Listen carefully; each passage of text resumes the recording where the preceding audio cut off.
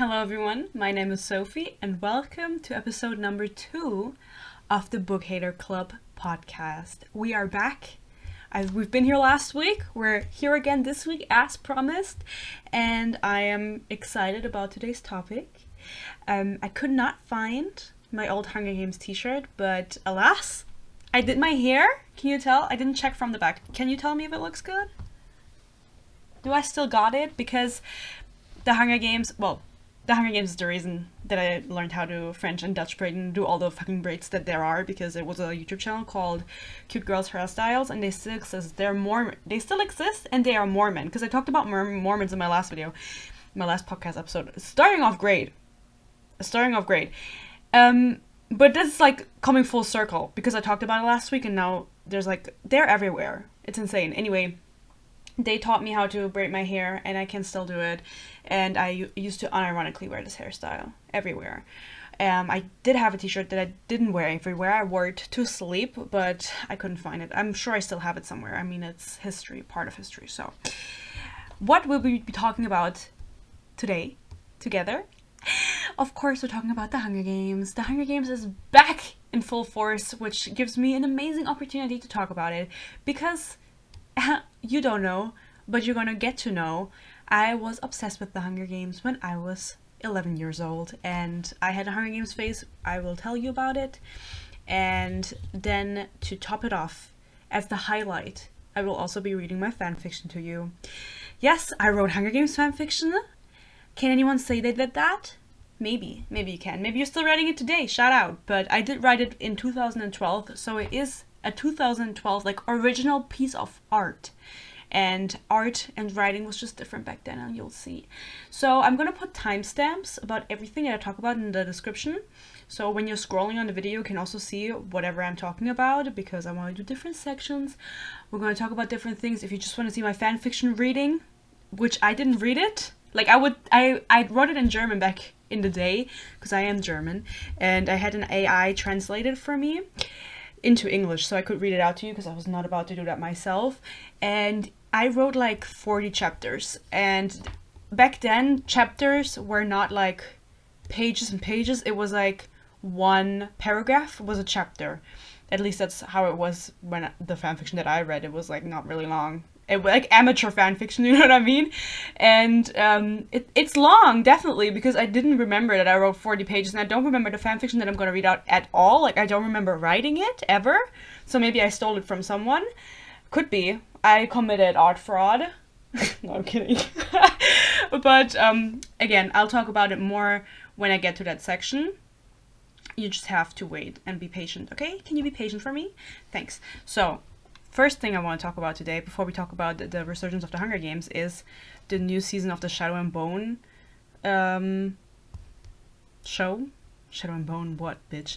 Shadow and Bone show. Also, actually, before I start, I want to give a little update on the people who are here for my rant reviews, because I haven't uploaded one in a month.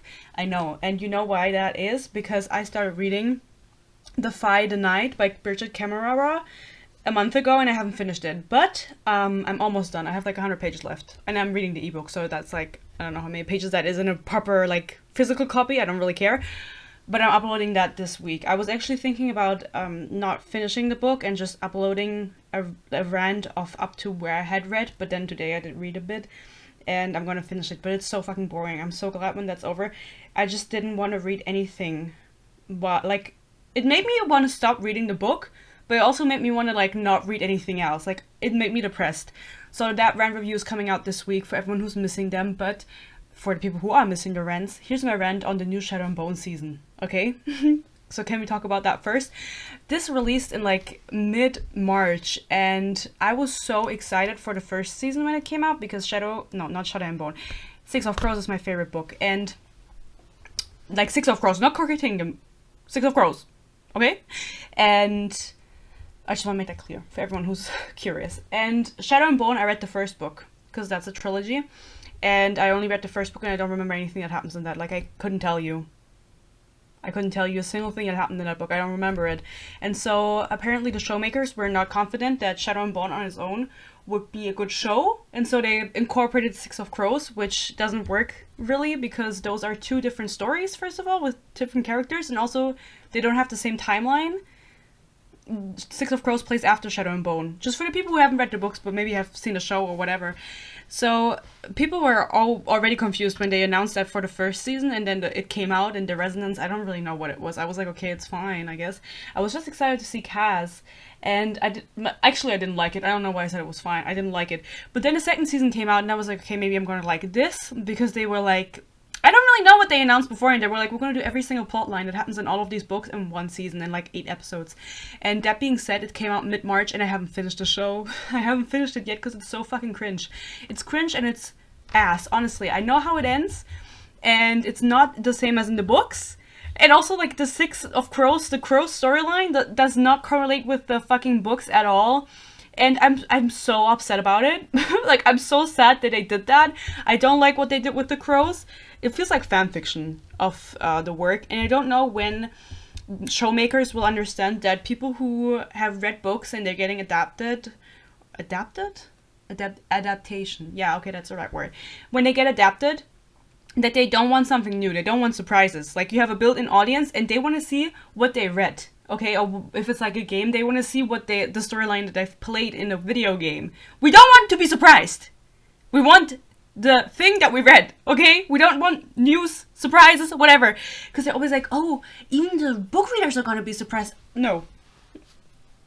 Change it. Change it up, bitch. Anyway, they changed it to the worst. They changed it and it's not like in the books. And the thing that happens with Cass at the end, I'm not gonna say it because I don't want to spoil it for anyone, but it's completely like bullshit, you know what I mean? So I watched the show and I started watching it when I was at my boyfriend's and he was doing something else. I don't really know what he was doing, but I was like, oh my god, the show just came out, I want to watch it. He said, okay, go ahead. Like, he does not care about it. And put it on in the first 30 minutes, and this is gonna be really hateful, and I'm really sorry, okay? The first 30 minutes, Nikolai comes on, and I don't know him. I don't know him because I've never read the second book of Shadow and Bone, I've never read King of Scars. I want to, but I haven't read it so far. But I know that he's very beloved. This man comes on, this actor. I'm sure he's a nice guy. He comes on, and he has a line where he's like, oh, you don't recognize me? Maybe from the side, maybe my side profile, you recognize me now? And I had to turn the show off. I had to turn it off. And I was so embarrassed that my boyfriend saw that. He was like, what the fuck was that? And I was like, I don't know, that was so fucking cringe. And every time this actor came on, this man, Nikolai, came on, I had to turn the show on. I had to turn it up, bitch! No, I had to turn it off. I had to turn it off. I mean, I didn't really like the Shadow and Bone plotline anyway. Like, no hate. Like, no hate to the other actors that are in that storyline. The Six of Crows actors, love them. Great job. But Nikolai, I don't know if I'm the only one, but I felt like that guy's acting was so bad. I was embarrassed. Like, watching that, I was like, I don't want to watch this. And I feel really mean saying that. But because, like, I always try to put it into perspective, like, could I do it better? And with a lot of the books that I read, I'm like, yeah, I could do it better. I could write a better book. Well, maybe you won't believe me after you see my fanfiction, but that's what I believe. And with acting, I'm like, could I have acted better? Because you have to imagine he went through auditions and stuff. So how bad were the other options if he was the best one? Because Peace and Love, that was so cringe. And I couldn't do it. I couldn't do it because I watch shows in German too. And I feel like with voice acting, you can do a lot, and there's a lot of German voice actors who do an amazing job, where I hear the original, I'm like, I don't like that, and then I hear a dubbed over version, I'm like, okay, that's better, because you can just do a little bit more when you have, when you're voice acting, and then they're doing multiple takes until it sounds right, and then maybe it sounds a little bit better, that's just my opinion, but even the fucking voice actor couldn't save him. He could not save the performance that this guy was putting on. And he's genuinely the reason I haven't finished the show. And I don't want to be mean to him, because I'm sure he's a great guy, but I don't know what the fuck that was. Like, I don't know what maybe from the side, my side profile, I'm sure he said that in the books, and it was like a direct line from the books, and in the books it was cool, but the way he said it made me want to crawl into a hole. And that's all I have to say. So I haven't finished it yet, and I don't know if I will. Maybe I'll end up liking the dude by the end of the show, but so far, I don't. So far, he's not on. He's on the hit list, actually. Is he gonna be? They want to do like 5 seasons. It's 2 seasons now. They're like, please watch the show so we can make more that's better because the season is so bad. And I feel like they should have gotten me in the writing room. Thank you for listening to my Shadow and Bone rant. You can tell me if you agree or not. If I'm just being very sensitive, but it's the same thing as Mr. Bean, guys. Mr. Bean. I cannot watch Mr. Bean because he infuriates me. It's like it has nothing to do with this. But I remember my boyfriend and I were like, oh my gosh, should we watch Mr. Bean? Like the movies? There's movies. And we're like, yeah, why not? We were bored. We didn't know what to watch. We watched the Mr. Bean movies. And every time that man came on, I wanted to crawl in a hole. And he's the protagonist, you know what I mean? Like every single scene, I was like, we have to turn this off because I was just like, not cringing, but like so embarrassed for him. Fremdscham is the German word. I was embarrassed for him. I was cringing so hard because I was like, oh my god, Mr. Bean. Like there's one movie where he's like, he accidentally like destroys a painting by a famous artist that's supposed to be in a museum, and then he fixes. Oh my god, just thinking about it makes me want to like scream. I fucking hate Mr. Bean. I can't watch that. I can't watch that because I get so mad at him. I get so mad at Mr. Bean. He's my like nemesis or whatever the fuck you say. So should we talk about the Hunger Games? Not we've talked about Mr. Bean. Yeah, we should. Okay, so why are we talking about the Hunger Games? If you're not on TikTok, then you wouldn't know maybe, but on TikTok everyone has been talking about the Hunger Games, and I've seen a lot of conspiracy theories why this is the case, why all of a sudden you're seeing Hunger Games content on your For You page. That being said, I did a little bit of research and I found out that they were put onto Netflix US in the beginning of March until the end of March, so just for 1 month. And just so you know, we've been new in Germany. They've been on Netflix for a while. I just watched them recently, not this month, not in March, like before that, because they've been on Netflix and I love them. And so that is the reason everyone's talking about it, because it's on Netflix right now and everyone can watch it in the US. That being said, if anyone, I'm going to mention it again, VPN people, hit me up, sponsor me. I don't really know how sponsorships work, so you could scam me for all I know, you know, but we could try. So that is, I can't flip my hair behind my back, kind of bothering me that I only have one braid. Don't know how Katniss did it. Anyway, that's why people have been talking about it again. And then that being paired with the fact that a new movie is coming out in November this year. The prequel movie about President Snow is coming out. In case you didn't know, I haven't read that book actually, which is really embarrassing. Because I'm the Super Stan, as you will find out, because my history with the Hunger Games is long and excessive. And it's kind of embarrassing also, but I was 11 years old, so what the fuck do you want from me? What the fuck do you want from me? And I haven't read the Hunger Games book. And if I ever read it, I don't think I would make a video about it. But TikTok has been obsessed. It was the same thing with, I think Twilight also came onto Netflix, and then everyone was talking about Twilight for a while. And that died down, and so people are just making content about it now, which I don't mind having PETA edits on my fucking For You page, or Finnick edits in specific, because I was a Finnick girly through and through. So people are posting edits, they are posting theories, like my favorite Hunger Games theory is that, this is like what other people are saying. My favorite theory is that every single name at the reaping was Prim's name, so Katniss would have to go to the Hunger Games, and this may only make sense if you've read the prequel book, which I've heard people talk about this theory. I think that's not true, but anyway. You know what? I saw someone say, oh my god, I think for the second movie, Catching Fire, they did it on purpose, that Katniss had to go back into the arena. I think they did that on purpose. Like, they switched out something so that they would have to go back. And I was like, this is your theory, girl? We've been new. Like, this is me if I want to join in on a topic. I'll just start saying something that's super obvious. Yeah, totally, girl. Great theory. That was actually, I don't think it was in the movie. I think it was in an deleted scene or extended cut where they actually showed, what the fuck is his name again? He died, actually. What is the name of the second, Heavensby? I know my names. They showed him doing it. The actor is dead. Also, did you know that there's a Hunger Games parody movie? I went to the cinema and saw this. I sat in a cinema. I paid money to see this movie. Why the fuck did people make parody movies? What the fuck was that about, by the way? Because there's also one for Twilight. I'm sure there's like ones for others. They're funny. Well, I thought they were funny when I was 12, so they're probably not that funny. Alas, how could they do that? Like, how was that legal for them to do that? Does anyone know? Let me know, because I don't know what it is about. But everyone's talking about PETA. We are all Team Peter here. I've never met anyone who was Team Gale, except for when the movies came out, they were Team Gale because they thought Liam Hemsworth was hot. Which Liam Hemsworth is... Sorry.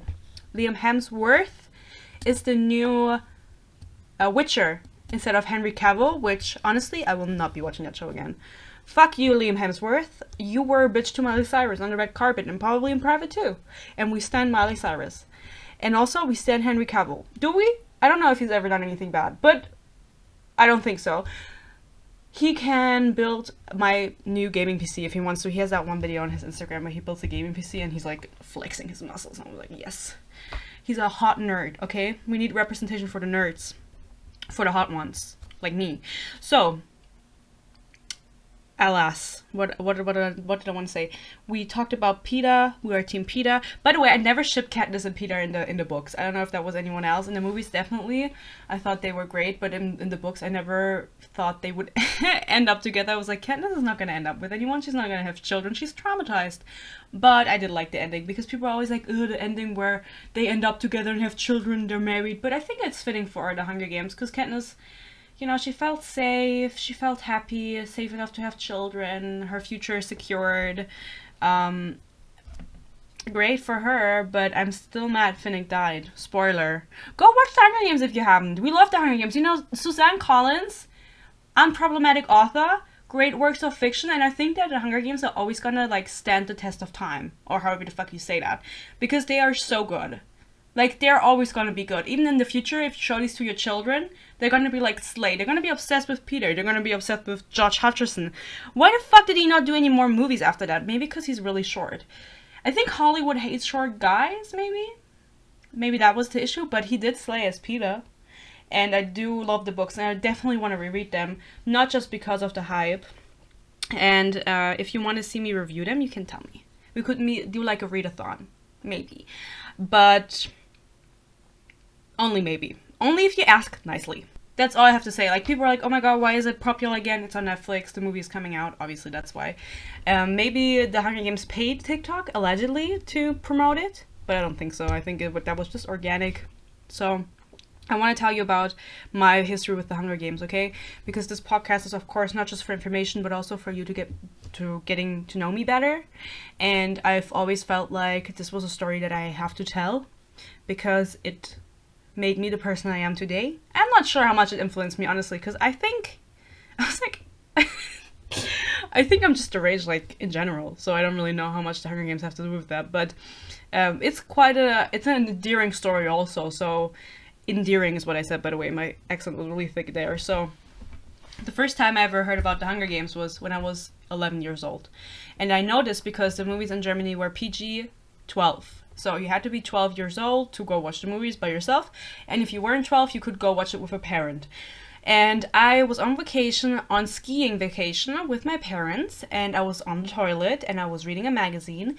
And there was an ad in there for the Hunger Games movie. And I was like, oh my god, what is this? This looks so cute. And I remember it was a picture of Katniss in the forest at the beginning of the movie. That was like the promo shot in the magazine. And I went out of the toilet after I was finished, to my parents. I was like, hey, I really want to see this movie. This sounds so cool. And I showed this to them, and I was 11 years old, and they were like, you are not going to watch children kill themselves. No, well, each other and themselves in the cinema, bitch. You're 11 years old. And then I was like, I've seen worse. I don't really know what I watched when I was 11, but I was like, I don't think it's gonna be that graphic. Like, why the fuck would it be PG-12 if it was really graphic? You know, I was like trying to reason with them, and they were like, no, you're not watching this. So then I was really mad at my parents. I don't really remember the timeline exactly of like when I saw this, when we were on vacation, and then the next event, but eventually they surprised me on Easter with the book, the Hunger Games book. And I have it here, of course. course, I have all of the books here. These are the German books. This is the original that I've had since I was 11 years old, and I am now 22, so this is 11 years old. Wow, 11 is just my lucky number today, I guess. So this book, I actually gave it to my little brother recently because he has to do a book presentation, and I don't know. I was like telling him, please be careful. This is an artifact. This is an artifact. Treat it kindly. And it doesn't smell anymore, but I remember there was a really specific smell because I was reading it in the car to somewhere because we went on vacation again. Okay, how many vacations did we take? We don't go anywhere now. Okay, but this is the original one. I think the cover is super ugly. I don't remember if the original cover already had the Mockingjay on it or what the like first edition cover was like, but what the fuck is this? And just to hammer in effect, I'm going to show you the other covers. So we have this, a girl with green, I don't even know if Katniss has green eyes. Doesn't she have gray eyes? So why does this girl have green eyes? That doesn't make any fucking sense. We have a green-eyed girl looking at me through forest leaves. Then we have a green-eyed girl with one, both just with one eye looking at me through red leaves. And then for the third one, it's still fall because we go from green to red to yellow. With both of her eyes, she's looking at me through yellow leaves. She's looking at me. These are the covers. Ugly. Sorry. No, like, they're not that ugly, but Germany just has, like, a reputation, in my head, of making covers ugly. Instead of taking the cover that it already has, they change it. And I genuinely don't know what the reason is behind that. And I know this is not just Germany, this is also other countries, other translations. But why the fuck would you change a perfectly fine cover? To make it more appealing for your demographic, maybe? Okay, but why make it ugly? Do we want ugly covers? Do Germans like ugly things? Did I miss something? So, that is the issue that I have with them. But, as I said, these are the original books. I still have them. I proudly own them. I don't know if I would... I think I would probably read it in German. No. Why did I say that? I would reread it in English, so I would get the books in English. Support Suzanne Collins. I will do whatever it takes. I don't even know what the fuck that woman looks like. Thank God I... There's no picture! There's no picture of her in the book. What the fuck does Suzanne Collins look like? In my head, I have a picture, but I think that picture that I have is just like a pixelated version of, what's her name? The Harry Potter author? J.K. Rowling. Where the fuck did I forget her name? Okay, irrelevant. Let me look it up. Suzanne Collins. Oh, I mean, is she British? No, she's from Connecticut. Is she Mormon? I don't know where Connecticut is. Sorry if you're from Connecticut. Shout out. Sure, you're nice. Builder. Oh, Builder! Pictures. My God. A bitch doesn't know how to talk. Well, you know, she just looks like a white woman that writes, but she's unproblematic. Love you, Suzanne. You couldn't send me like a PR package or something. I don't know what would be in that. Maybe an autograph. I would be really excited about an autograph. But those are the books that I have. So I became obsessed after reading the first book. I remember we have a fireplace. Obviously it was not on, but the book was inside. It was not burning. It would have been fitting for the theme of the girl on fire. I kind of want to put this in the background so you can see it. You have to move, Itachi, so we can put the book here. I hope you can see that. Maybe not, whatever. So I became obsessed, like, immediately after reading this, and then I went to the store and I got the second and the third book together. I didn't, actually. I got the second book, and it was in my local bookstore, and I remember the third book was next to it, because the movie was coming out, it was hyping up, and the third book was next to it, and my dumbass, I take it, and I read the back, and it mentions District 13, and I was like, District 13? That must be an error, because that's, like, not existent anymore. Girl. I thought they made an error on the translation on the back, genuinely. So I spoiled myself, but I was just ignorant, like naive. I didn't believe myself. I didn't believe what I just read. I gaslit myself. I was like, that's not right. But I read the books really fast and I love them. And of course, Catching Fire is my favorite. It's also the best movie in the franchise, in my opinion. I mean, the first book is good. The first one is good. The second one, Catching Fire, is amazing. Outstanding. World record holding for best movie ever. Actually. I don't know why I just went over the top there. But Mockingjay, I never really liked it that much. Because Catching Fire was just too good, you know? Yeah, I know what I mean. I've noticed I say you know a lot. I'm sorry for people who get annoyed by that. Maybe now that I've mentioned it, people are gonna notice more. But I was editing my video, my other podcast. I was just like watching it if I had to cut anything out, and then I noticed that I said you know in like one sentence 3 times, and I was like, I think they get it. I think you know at that point. If I ask you 3 times, like yeah, or are people like watching and they're listening to me and like yeah, I know. Like you feel like I'm like literally addressing you, like yeah, I know, girl. Well, if that's the case, that's a good thing. Like that's what I'm trying to do. So anyway, what the fuck did I want to say regarding to the Hunger Games? Yeah, a lot of books suffer from that syndrome where the second book isn't as good as the first one and just kind of a filler, but that's not the case for our Hunger Games trilogy over here. Obviously, I loved Catching Fire. It's my favorite.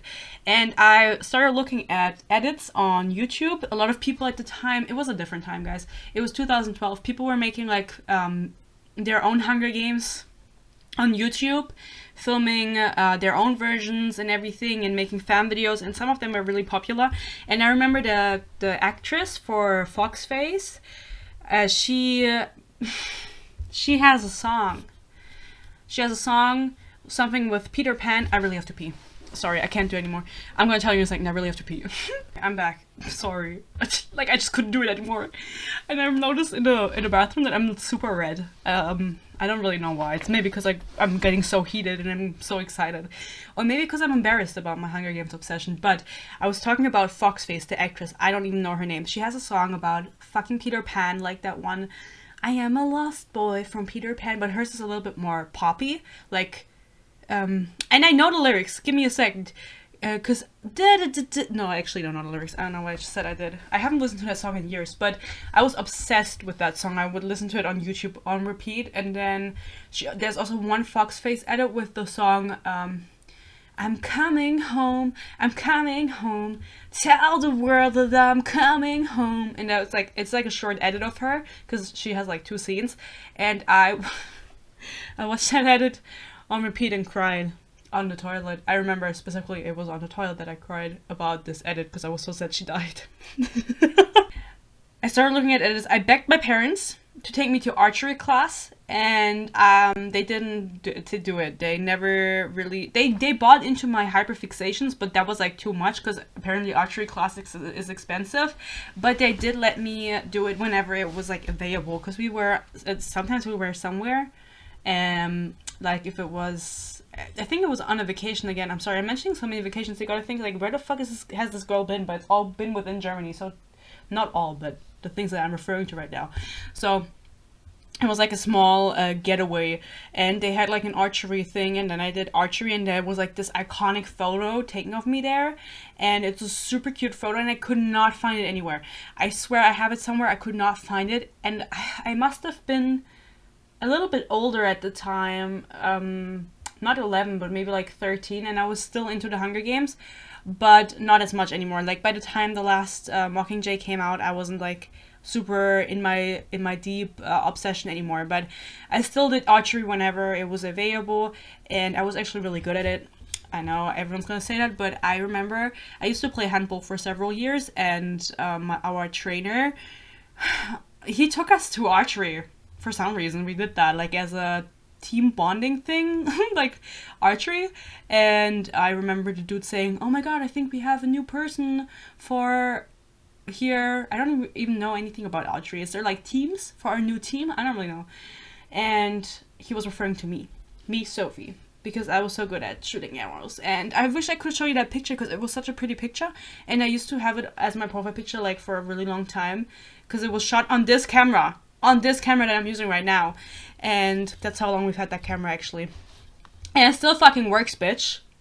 Reduce, reuse, recycle. Or whatever the fuck you say. Save the planet. So, I don't really know. I'm just Katniss in real life, I guess. Like, even the hair. I looked at the braid in the mirror and I was like, okay, girl, you got it. Like, my mom can't braid, and there's like this theory that if your mom doesn't know how to braid, you know how to braid, and if your mom knows how to braid, you don't know how to braid. And my mom doesn't know how to braid, so I had to teach myself because she couldn't give me the Katniss braid. And I remember my dad always saying like, oh, I wish you would do that more often, like it looks so cute, because for some reason men have like an obsession with hairstyles. Like they will say it's boring if you don't sometimes have a hairstyle. It's like, what the fuck am I supposed to do? What the fuck am I supposed to do? Do a hairstyle? You do a flip or something, bitch. You're boring. They walk around with the same fucking haircut for 20 years, and then they're gonna be like, ooh, your hair's boring? Shut the fuck up. So, this has nothing to do with anything. Let's get back to the fucking Hunger Games. I started writing my fanfiction on Facebook, okay? And I don't know if this is weirdly specific or how many people can relate to this, but there used to be groups on Facebook or pages on Facebook where you could put like fictional character. I'm pretty sure, I don't remember this exactly. And then on this Facebook page, you would publish your fanfiction. It was a page dedicated to your character or to your fanfiction or whatever.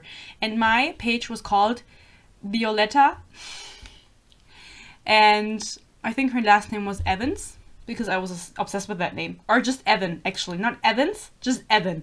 Violetta Evan, and she was a capital kid, and she was supposed to go to the Hunger Games after the revolution and everything. Like, I wrote a fanfiction where they voted yes, and then there was supposed to be a capital Hunger Games, blah, blah, blah. She was in it.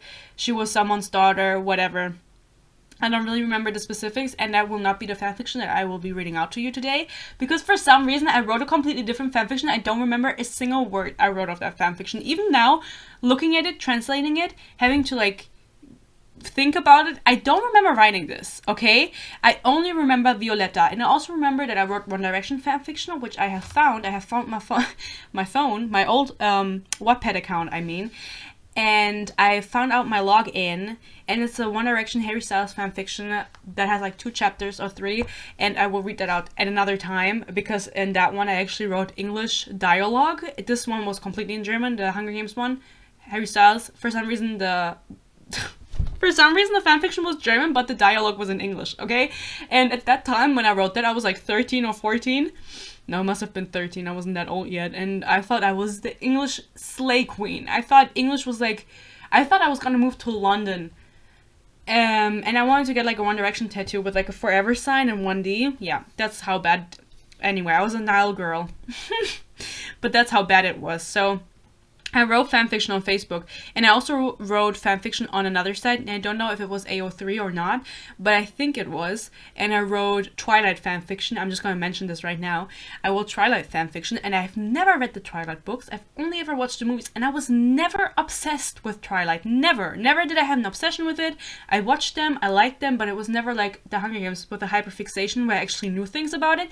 So I wrote a fanfiction about Taylor Swift, Taylor Lautner, what's his name? Jacob.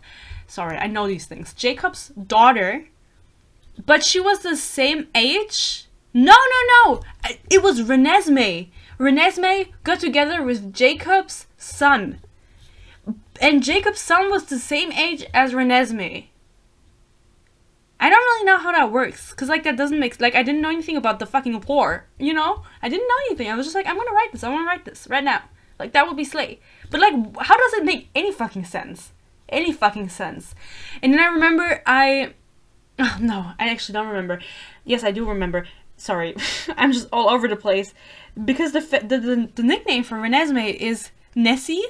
And then she's like, you named my daughter after the Loch Ness Monster? And I didn't know this. So, I wrote the Twilight fanfiction. I didn't know the nickname was Nessie, and so I wrote the nickname was Renee, and then someone commented on it and was like, that's not her nickname, and I was like, oh, I didn't know that. So that's how much I knew about Twilight, and I still decided to write fanfiction, but that was like 1 chapter. So, alas, I wrote Hunger Games fanfiction, and because my fanfiction was so good, and this page doesn't exist anymore, so I don't have any of this anymore, and I don't remember my ideas for it or anything. I just know that it existed, and this is the reason I got into a Facebook group. And that group was a bunch of people who wrote Hunger Games fanfiction. They made a group which was called Panam Fanfiction Forever, and I'm in that group still to this date because I never left. I mean, still in this. And we were like a secret group of fanfiction writers, like talking about fanfiction and the Hunger Games and blah blah blah. And I was really good friends with the people in that group for a while. I was the youngest person there. I was always the youngest. For some reason, I always lied about my age, because that's just something you do when you're 11. And these were like grown people, like not like in their 20s, but they were like 16 and stuff. And it's just weird. But anyway, it was a 1D stan. I remember. No, I'm not going to show you. We can talk about it another time. But there's like pictures I posted in that group where I took pictures of myself, like selfies, with the One Direction boys. No, I'm not going to show you. I have it on my phone. I'm not going to show you. And I posted it in that group confidently, and no one commented on it. I got like 2 likes. Like, what the fuck? Why did I post that? What was the reason for it? There was no reason. I just wanted attention, and I didn't get it. At one point, the people in this group wanted to meet up and film their own Hunger Games, and like a book accurate version. And I begged my parents to go, and they still make fun of me to this day that I wanted to go meet with random people in the woods and film a Hunger Games movie, like on our own. I don't really know what we were thinking, because again, I have a really bad memory. I don't really remember the specifics of many things, which is really scary. It's really scary, but I just don't have a good memory. I have a good short-term memory though. So they still make fun of me to this day, and since I was the youngest in this group, you can guess who I was supposed to play. You know who I was supposed to play? Rue. She's black. I'm not black. They wanted me to play Rue, and I was like, yeah, I know. But we didn't want to do blackface, okay? Just for anyone who's going to be like, oh my god. We didn't want to do blackface. I just remember having a conversation with a girl, like in the Facebook comments. We didn't have calls or anything. It was just like text and stuff in Messenger, where she was like, oh, I know this one girl who did like really tight braids, and then she took it out the next morning, and it was like really curly, so we could do that. So I was supposed to have like a fake afro, which would have been also bad. Like, why the fuck would I do that? Like, just be normal. You know what I mean? Like, whatever. Oh, but obviously this never happened. So, thank God I didn't do anything bad. But I didn't know it was bad. I was just like, I want to be Rue because I'm young. And also, there's literally a girl I saw with the name Amanda in this fanfiction. So, that's how much of a stan I was, okay? I just wanted to appreciate. My parents still make fun of me. They don't know I wanted to play a black girl, though. I did eventually see the first movie, by the way, in cinema. And this is a core memory. There's a lot of core memories connected to the Hunger Games. It was with my dad, and I never go to the cinema with my dad.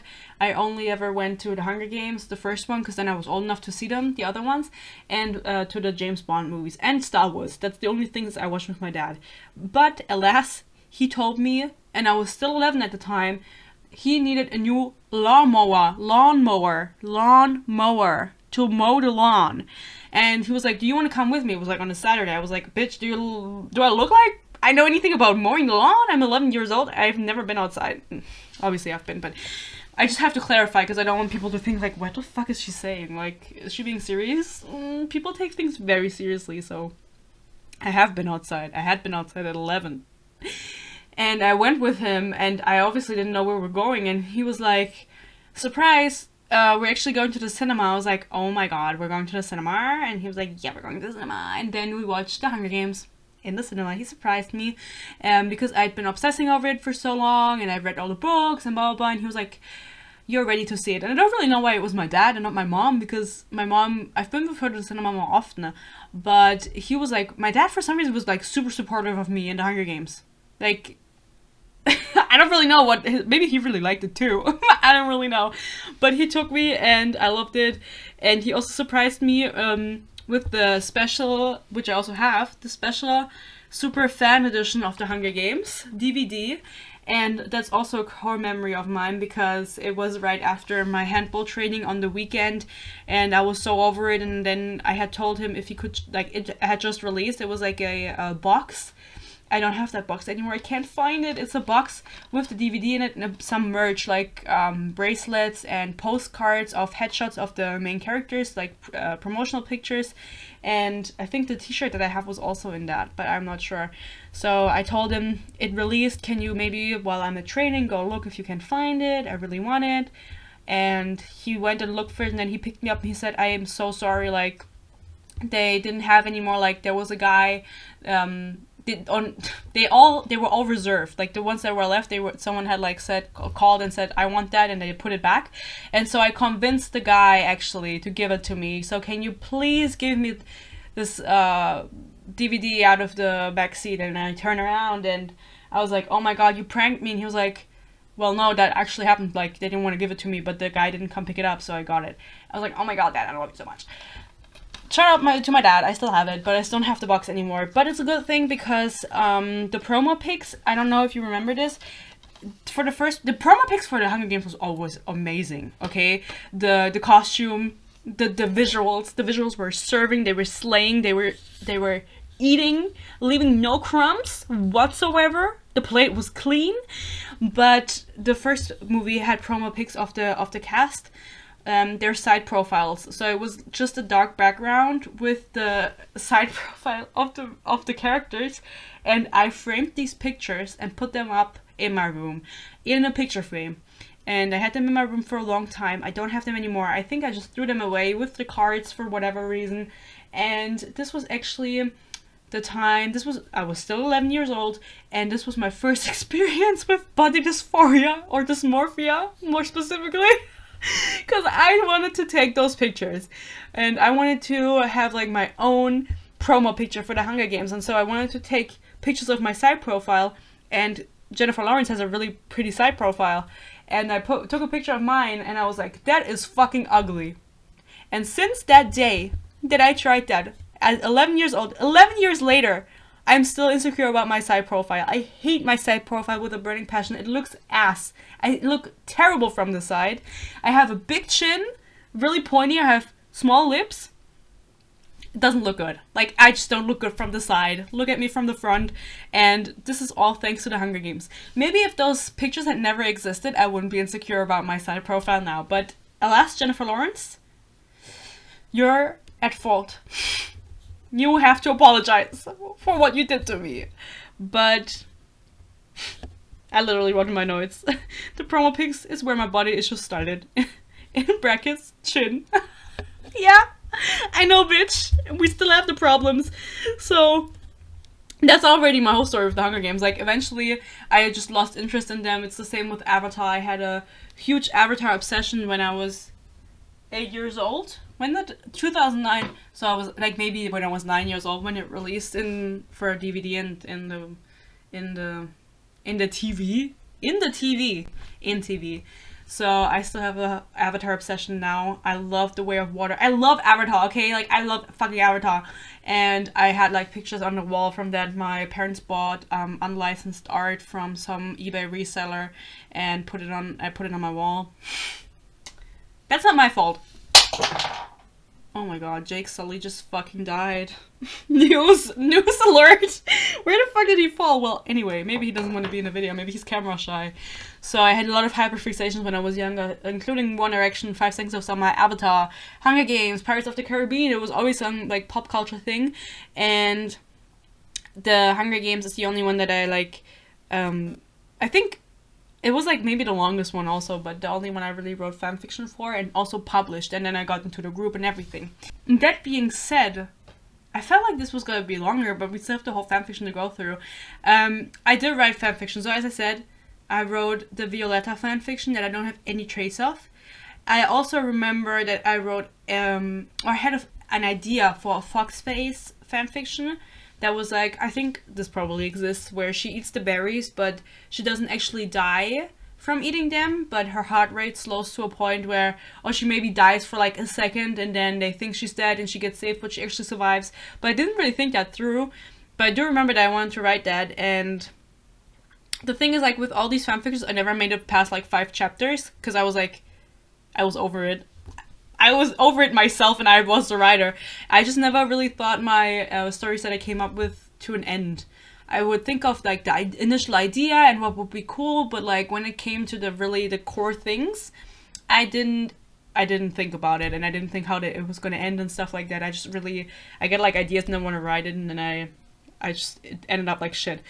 So that being said, this fanfiction has 40 chapters. And as I said, some of these chapters are literally just a paragraph, so they don't really count as a chapter. I don't even know what this is because I didn't really read it when I was having it translated by the AI. I was just copy pasting it. So I did read some sentences and some things that I wrote, but not everything. And it's gonna be like my first reaction to it, and I'm gonna read it out to you because I always like to toot my own horn in my videos, in my rant reviews that I make, where I'm like, oh, I could do it better. I could do it better than the writers, because so many books on booktok that are popular now, popular, oh my god, popular now, they are just not good. Okay, when I say that, I always think of the Zodiac Academy, because that book is just terrible. Okay, and 2 people wrote it. So I'm gonna read out my fanfiction to you. Remember, this is translated from German to English, so this is not the original language it is in, it's AI translated. And also you have to remember that this is a 2012 fanfiction, so this is gonna be like very tropey, very like pick me, Mary Sue. I haven't read it, but I'm sure it is. Like very basic, very standard, terrible, just like bad writing, but still, I could publish it and people would eat it up. Because people eat up the Zodiac Academy. I'm just gonna say it. I don't even know what I wrote, but I'm gonna say, like, it's not gonna be the best piece of fiction you ever read. But I wrote this at 11 years old. At 11 years old, I wrote this. And the Zodiac Academy. How old are the authors? 30, and they're writing in the same quality as me at 11. Okay, imagine my potential now. Imagine it. So this has, how many words does this have? Can I see that? No, I don't think I can see that. But we're just gonna read it out, okay? I hope you're ready for nothing, and please don't judge me. You can judge me, actually. I don't really care, because I don't even know. I'm gonna judge myself. Okay, let's go. Hello, this is me from the editing corner. I just want to say that this video, or this podcast episode, turned out to be 3 hours long, which is the reason why I cut it down. It's now less than 3 hours. I have yet to edit it, but putting all the clips in, I can see it's way too long. And so the following part is me reading out the fanfiction, and it's a lot. Like, it's just like, it was just 2 hours of me reading, and I'm sure some people will watch that. Thank you so much. But I don't want to do that to you. So I've cut it down. I put in the, also, if anyone's judging me right now, like looking in the back, like I always look in the back of people's videos, don't fucking judge me, okay? Like, I didn't have time to clean. Peace and love. The video was 3 hours long. Can you imagine how long I sat here reading out the fanfiction?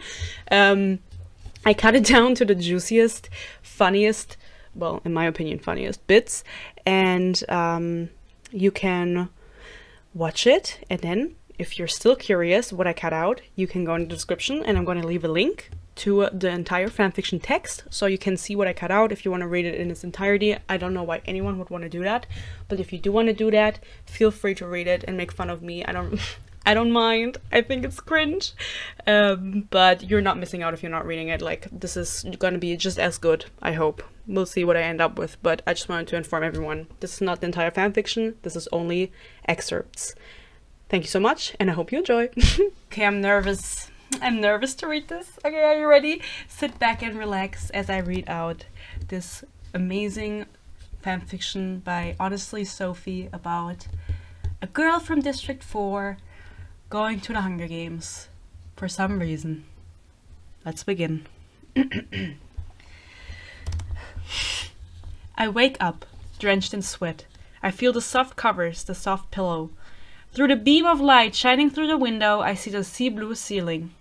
I had dreamt of my parents again. I had seen my father as he wrestled with the eel that used his electric shock. My mother, who looked at me one last time with swollen eyes before she jumped into the water, didn't resurface. Okay, oh, what the fuck?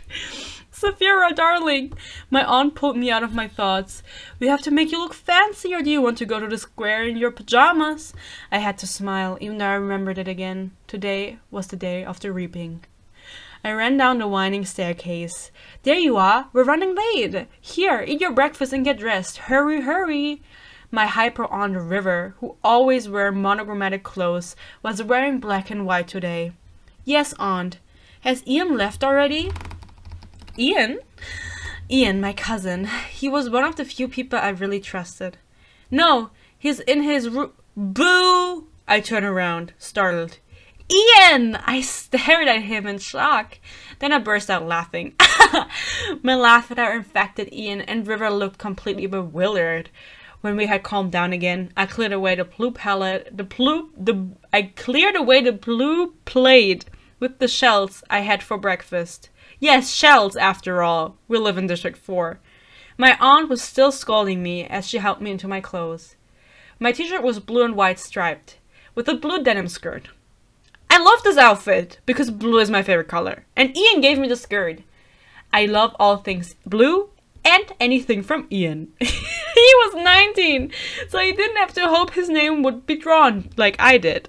On the stage that the couple had set up, Ocean Miller, who drew the names of the tributes every year, Finnick and Max, the Avengers of District 4, were standing. Bitch, how did we get there? Welcome, Ocean. Oh, welcome, Ocean, who was on stage in her squeaky yellow dress, smiled at the crowd. Now it's time to select a brave young man and a brave young woman for the annual Hunger Games. This woman wishes not to be taken seriously with her styled curls. Ladies first! Ocean Miller strolled over to the lottery drum and elegantly drew a slip of paper. I stared at her. Once back at the microphone, she opened the white slip of paper. Adriana Autumn! My body reacted faster than my mind. Autumn! I screamed. But that's her last name. Why did I scream her last name? Huh? Adriana Autumn? Anyway, I screamed. I ran forward to the center of the square. 2 peacekeepers held me back. I volunteer! Autumn, my 12-year-old cousin. She was so small and unremarkable. She's a peasant. The peacekeepers let me go. Now I stood there, all eyes on me. I volunteer as tribute. Okay, that was the first chapter. That was a lot. I love it. Why the fuck did my dad die from an eel, and why did my mom jump in after him? What the fuck is that about? I was like, how does someone from District 4 die? I love that that's like the 3rd sentence, like, my father wrestling with an eel. And then my mom jumps in and, like, gets herself killed because she fucking hates me.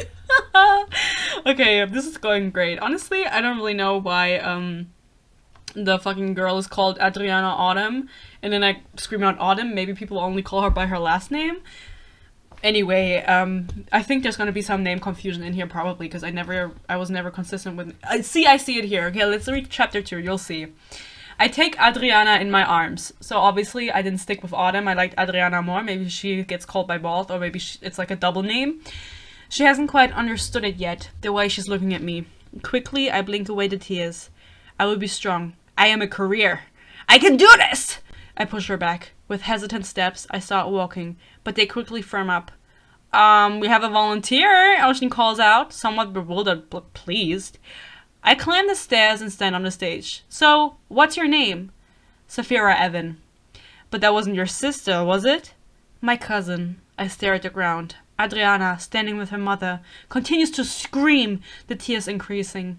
A pang spreads in my heart. I don't want to see her like this. In the end, I did it to protect her. Ian! It occurs to me. Sorry, I'm German. I look around for him. He is deathly pale and can hardly hold back the tears. I've never seen him like this before. He won't cry. I know that. But if you've never seen him like that before, how do you know that? No, I still hear Adriana shouting, but now more softly. No, I imagine. Her mother tries to calm her down. A heart-wrenching moment. Now, on to the boys. Hopefully... Oh my god. Hopefully nothing like dead again, I hear her whisper. I already hate her. And she will accompany me. Just thinking about it makes me want to gag.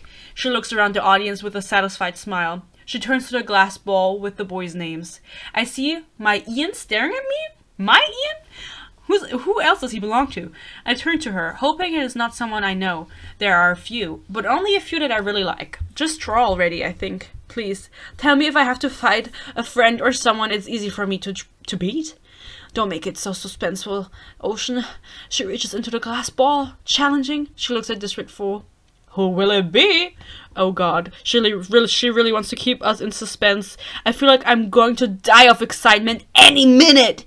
Ocean shuffles the papers again, then picks one out. I don't want to torture you anymore. The male tribute from District 4 in the 69th Hunger Games is Augustine Smith. End of chapter 2. How are you liking it so far? I feel like I'm really coming out of my shell reading this out to you, because I remember when I was in high school, my teachers would always say you have to read it enthusiastically, you have to actually like properly read it. I feel like the camera is off. Sorry. Didn't mean to do that. So I feel like I'm really doing that justice, like everything I learned in high school. But I don't really get, like, why the fuck would the person be confused about a volunteer when we are a career district and this happens, like, all the time. People volunteer all the time. Like, the person that gets drawn never really has to go into the Hunger Games. I don't really get that. Maybe I didn't think about that. But since who the fuck is Augustine? Let's find out. And also, is Adriana the daughter of the aunt that's raising me? Or, like, how are they related? I don't really get that. Maybe I didn't understand what I was writing, because I don't understand it now. But I think the emotions are at an all-time high right now. I hope you want to know how it ends. I hope we win.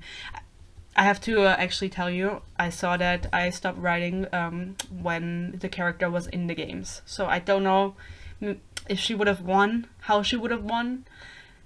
Sorry, but we can come up with something. The guard takes me behind the town hall. A car is already waiting, and I get in. After a while, Ocean arrives. We're just waiting for Augustine now. Where is he, I think, annoyed. After what feels like an eternity, he finally shows up. He looks at me arrogantly and derogatorily. Maybe he's like homophobic or something. Sexist.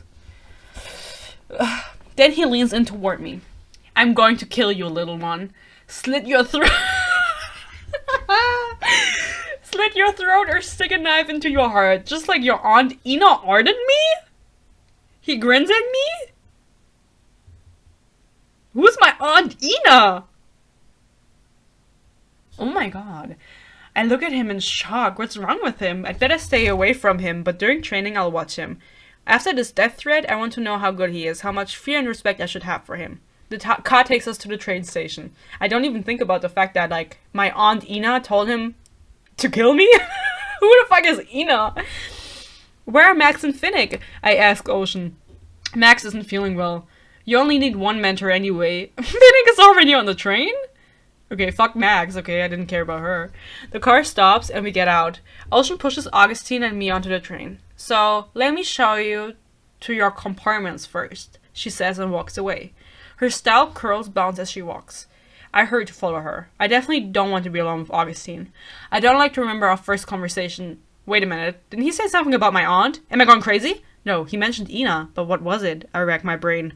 And then it dawns on me like a ton of bricks. It dawns on me like a ton of bricks? She instigated him? She told him to kill me?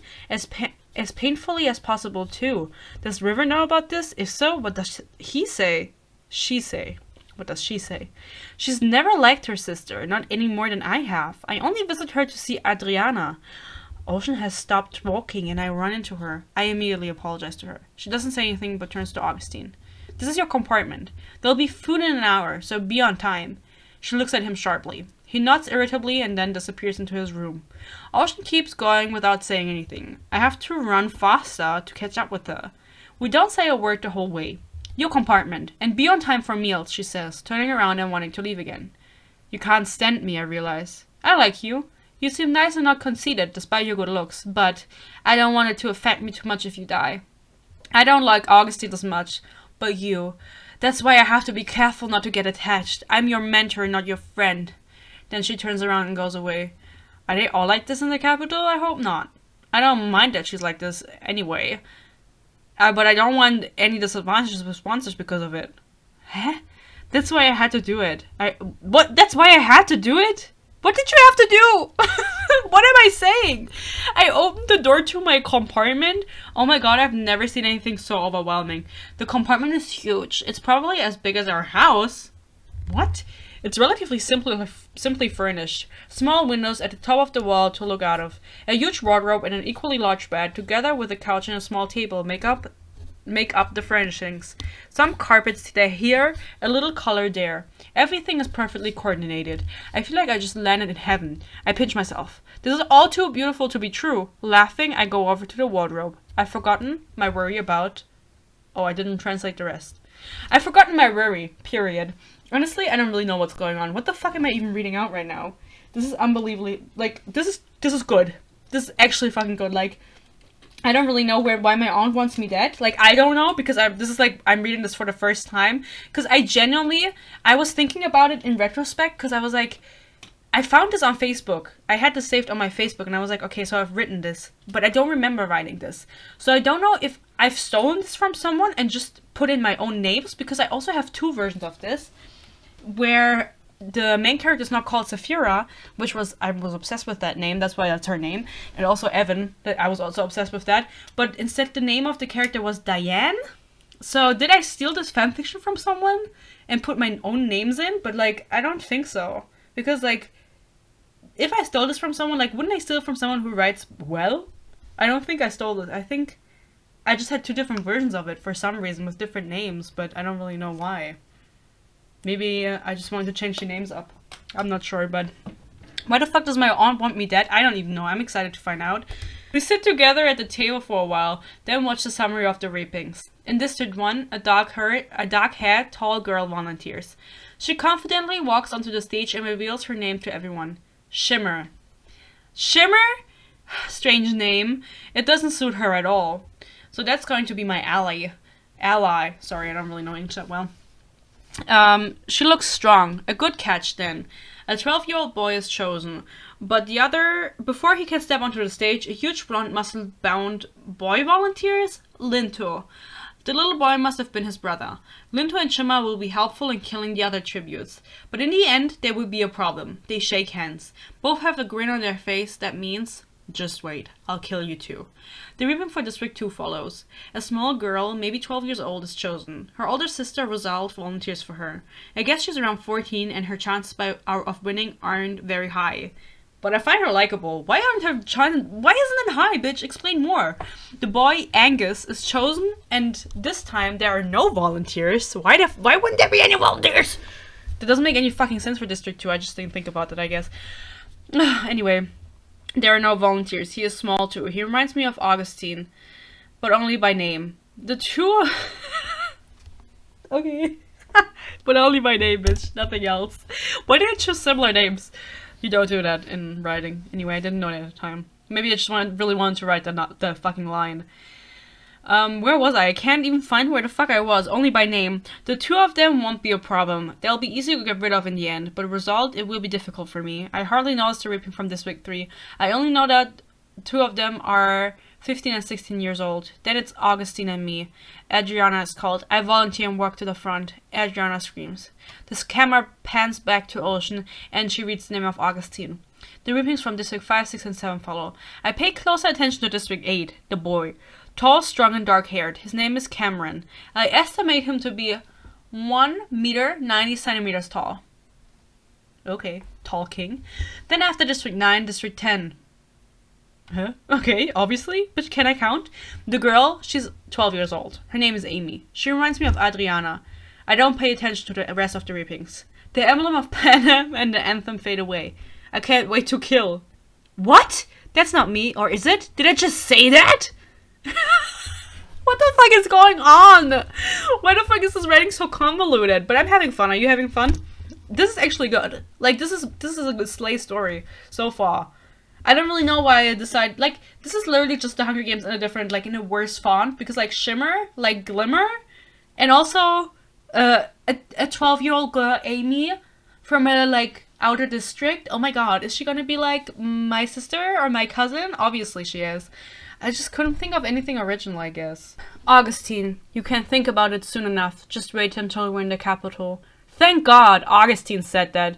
Oh, okay, so I didn't say I want to kill. I'm really glad about it. I don't want to be heartless or cold. Even if I have to go into the Hunger Games, I still want to be myself. For Adriana, for Ian, for my aunt, and for me. I'm going to win anyway. Then he brags a little more about his great training. Eventually, I get tired of him and go to my compartment. I decide to take a shower. At first, I have no idea how the shower works. There are so many buttons. Oh my god, girl. I randomly try a few buttons until I find the right one and warm water runs down my back. Down my ass crack. No, it says back. I stand under the shower for a long time, just to think. We'll be arriving at the capital soon. Then I'll be made up for the parade of carriages. And I get to know my allies. The training. How will it be? Will they have other weapons? Huh? What other weapons?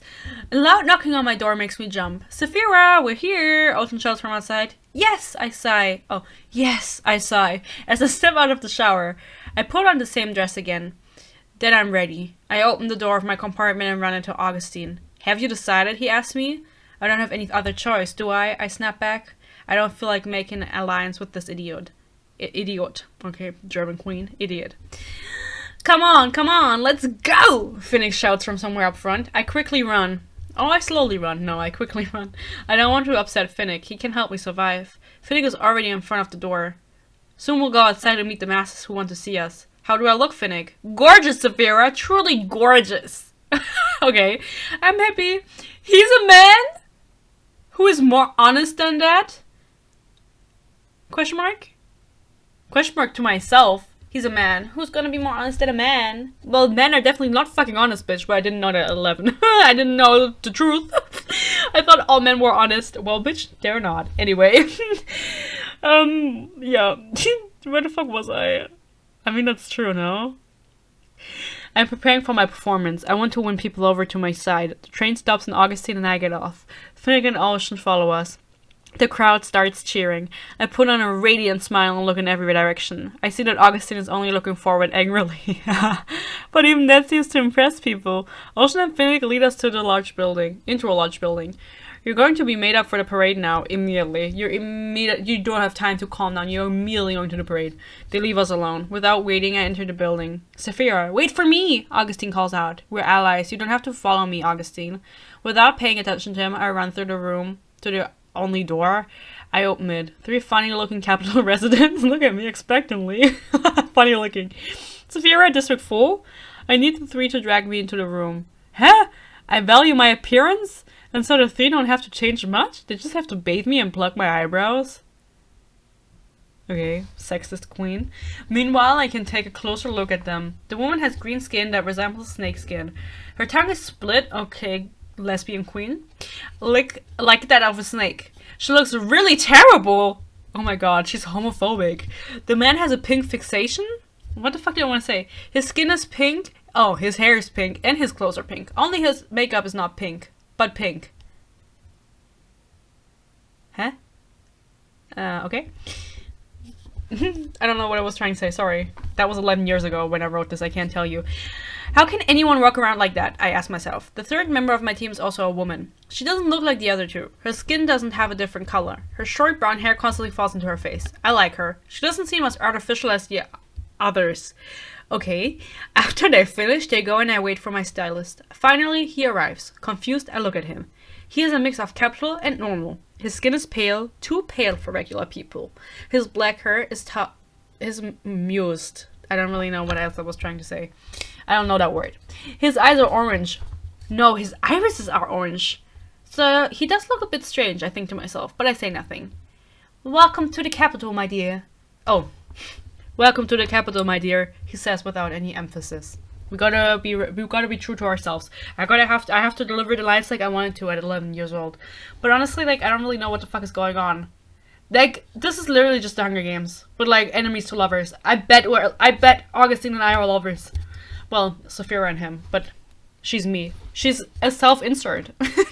A Hunger Games self-insert, so I can admit to that at least. What's your name? I asked my stylist. Imno. It's really nice to meet you, Imno. Feel free to call me by my first name, dear. Okay, Imno. Huh? What the fuck? You can call me by my first name? But this is his first name. What's your name? But you didn't give me a different name. Anyway. Okay. Good that I'm already doing it then. Tell me, why is your voice so toneless? A botched beauty surgery, my dear. But let's not talk about me. Look at yourself. You look beautiful. Open your eyes. Okay, so he wanted to get a vocal surgery and it failed. Okay, bitch. I open my eyes and look in the mirror. Wow! The hair is styled in a great way. The hair? Not my hair. The hair. My dress is blue, has no pattern, is very inconspicuous, but so beautiful. I wear a gold net over it. My nails are painted in the same shade as the dress. I hug Imno quickly. Thank you. How did you do that? I look great. Thank you. Oh, thank you, Imno. I might really get sponsors. Thank you, thank you. I thank him effusively. I give him a kiss on the cheek. He grins at me. It's nice that you like it. We have to go. Augustine and his stylist are already waiting for us. I follow Imno through the few corridors into a huge room. A kind of garage. 12 cars are already ready for us tributes. The famous parade of cars. I don't think that's what it's called, but that's what I translated it to. The parade of cards. Whatever. Oh my god, I keep losing my thing.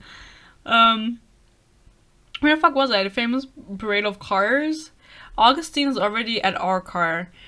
The horses are snow white, and the car is the color of my eyes. What is the color of my eyes? The car is the color of my eyes? What color? Flux accompanies me to the car? Who's Flux?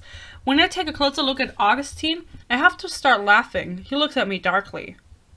Why are you laughing at me so stupidly? He snaps at me. I stick out my tongue at him and continue to laugh. How can you not laugh at his appearance? His costume consists of blue pieces of cloth and the same golden net that I have. His hair is dyed blue. You can only laugh at the sight of him. I don't even know what anyone looks like. I don't know what I look like. I don't know what he looks like. I only know that one guy is like 6'5". Your costume is terrible, Augustine. Thank you, someone behind me says. I turn around and look at the face of a strangely looking woman. She has purple brown hair, cat whiskers on her face, and a kind of cat tail on her back. Imno pulls me a few meters aside. His stylist. She's unimaginative and actually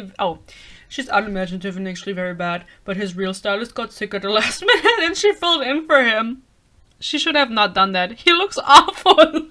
Well, bitch, she just needs a job, okay? Why am I being so mean? Imno nods. The sponsors won't be pleased. A grin spreads across his lips. Be glad about it, love. But come quickly. The parade is starting. I quickly run to our float, and Imno helps me in. The float drives out of the garage. I have a radiant smile on my face. I am pleased to notice that Augustine looks like a defiant child. That was a lot. What the fuck is even going on in this fucking story? I don't get it. I confidently approach District 1 and 2 and introduce myself briefly. Then they do the same and we decide to form an alliance. Okay, was that easy? I say goodbye to them and let Leo take me to the elevator. You're different. I've told you that before, but I'll tell you that again. Leo, what do you mean? I ask, slightly confused. Why doesn't he just say what he wants to say? Period. Why does he make it such a puzzle?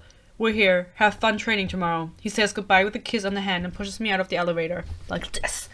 But only briefly, because immediately an Avox, a so-called mute servant or slave of the capital, comes out and takes me to my room. Before I can say thank you, he has already disappeared. I'm such a queen for including the Avox, honestly. Because they didn't do that in the movie. Well, they included them, but not, like, enough. So, why the fuck did I change his name? Maybe Imno is his last name and Leo is his first name. That's why he said call me by his first name and I just didn't listen. I just called him by his last name again. Anyway, chapter 10. We're already on 10. Expectantly, I enter my room. I'm expecting something even bigger and more exciting than the train compartment, but I'm disappointed. It's exactly the same. I open the wardrobe. Even the clothes are the same. I rummage through the clothes. Where's the training suit? Maybe this? I pull it out and examine it closely. No, I don't think we'll be training in a glittery outfit. Girl, why the fuck did you pull it out then? After a while, I give up searching for my training suit and instead look for pajamas. Everything I find is not for me.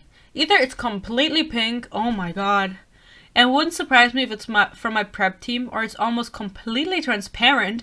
They're trying to make me girly or whore. There's only 2 versions of girls. Oh my god, great, I think to myself. I grab a t-shirt and pants that aren't really meant for sleeping, but I can't help it. I'll just have to sleep like this. I quickly change and even lay down exhausted in bed. I fall asleep instantly. Saphira, wake up! Augustine. Coming! I shout back at him, annoyed. I pick out a dress from the closet. It's purple and strapless. I quickly brush my hair and then I go out. I don't even brush my fucking teeth. Augustine is standing at the door. So, how's our princess doing today? Oh my god. Do we have to put on makeup for hours again? Again? When did... Huh? He whispers to me. Confused, I look at him. What do you want now? I thought we were allies. I still hate you. Oh, that's what he says. I still hate you. He turns around and goes towards the dining room. Completely perplexed, I watch him go. What was that about? I decided to just leave him and follow him to the dining room. You have to eat quickly. You have to change for training. Come on, hurry up. I quickly wolf down a pancake. Then Ultron pulls me off the chair. Come on, run! which is running somewhere. I look at her askew and walk normally to my room. The training suit is already ready. I quickly slip into the black pants and black jacket and tie my hair into a ponytail. Then my hair into a messy bun. At least you didn't do that. Then I make my way to the elevator. Augustine bumps into me with full force. Sorry, not. Idiot! I mutter. Have you seen Finnick? He asks me in the elevator. No, I reply shortly. Too bad. He could still give us useful tips. Oh well, Augustine shrugs. We're here, Saphira. I see, I reply annoyed. Sometimes he's nice, then he's an idiot again. He shouldn't make up his mind. I'm satisfied to see that we are not the last ones there. The two from District 1 and the boy from District 2 are already here, but I don't know the others. The boy from District 8, Cameron, the tall king, and the girl from District 10, Amy, aren't there yet. Augustine joins the two from District 1. I take the boy from District 2 aside. Do you want to be allies? I ask him. Aren't we already allies? He looks at me strangely. No, I mean that we both stick together. We're with the others, but we only follow each other. He nods. Sure, the two from District 1 scare me, as does your fellow tribute. But can my fellow tributes join us? Can my fellow tribute join us? I like her. I grin at him. Okay, the three of us. He says. I nod. You got it! Do you want to train together without the others? He asks me. We do train with them occasionally. He considers for a moment. If we have to. This is the first day. When did we train together? This is the first day of training. I've never talked to Augustine. Like, I've never had a conversation with him. Sometimes he's nice, sometimes he's not. I don't even know why am I not, like, writing anything, like, important? Like, I'm telling, like, these things happened, but I didn't show them. That's not good. If we have to. Meanwhile, all the tributes have gathered and we're briefed on what we can and should do and what we can't do. Finally, we're allowed to train. Angus and I decide to start with archery.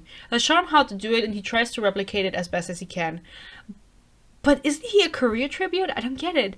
After a few attempts, he hits the target. I'm proud of him. Saphira, I hit it! I can't help but smile. Rosald has joined him by now, and we've included her in our plan. Angus is so sweet and only 13 years old. Even though I'm only 14... Oh my god. I always appear much older to others. This isn't a place for him. He's too sensitive for it. And you're not? I thought she was at least like 16 or something. I don't even know what she looks like. What color is her hair? What color are her eyes? The same color as the wagon, but what color is the wagon? Anger is rising inside of me. Why him? Why Angus? I shoot an arrow. It pierces straight through the heart. A second and third follow, all deadly. I feel the anger subside. I don't notice the silence in the hall. I walk slowly forward, trying to pull out the arrows, but they are stuck. I can't move them. I look around for a trainer. It's only then that I realize everyone is staring at me. I usually love being in the spotlight, but not like this. Some look at me as if they are scared of me. Okay, they are scared of me. Well done, Saphira, I think sarcastically. Angus looks at me with big eyes. Wow, you're really good. Can you teach me that? Can you teach me to be that good? That's so cool. I want to be that good too. I slowly relax. Angus is adorable. Well, come here, little one. Oh my god, what the fuck? I grin at him and he comes to me. Okay. He comes in and he comes to me. After a while, Augustine notices us.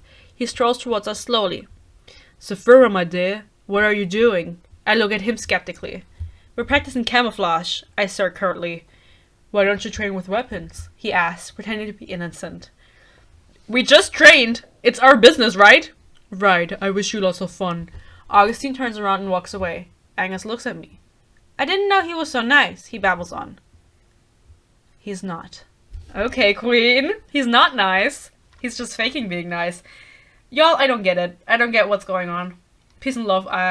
Can you keep up? Like, it's not that difficult to keep up, but like, I haven't written anything like substantial so far. Like, people ate this up because I was in the fucking Facebook group. But like, whatever. I'm an amazing writer. Angus and I are still training at the obstacle course. Okay, I don't know how we got there. Shimmer and Linto are also there. Good shot, Saphira, he says approvingly. I didn't expect that from you. Thank you, but Angus was good too. True, Shimmer remarks. Do you do this often? I was trained at home. I don't know about Angus, I reply. Okay, cool. Linto and I can throw spears and handle axes, she winks at us. Shimmer and I are going to keep going.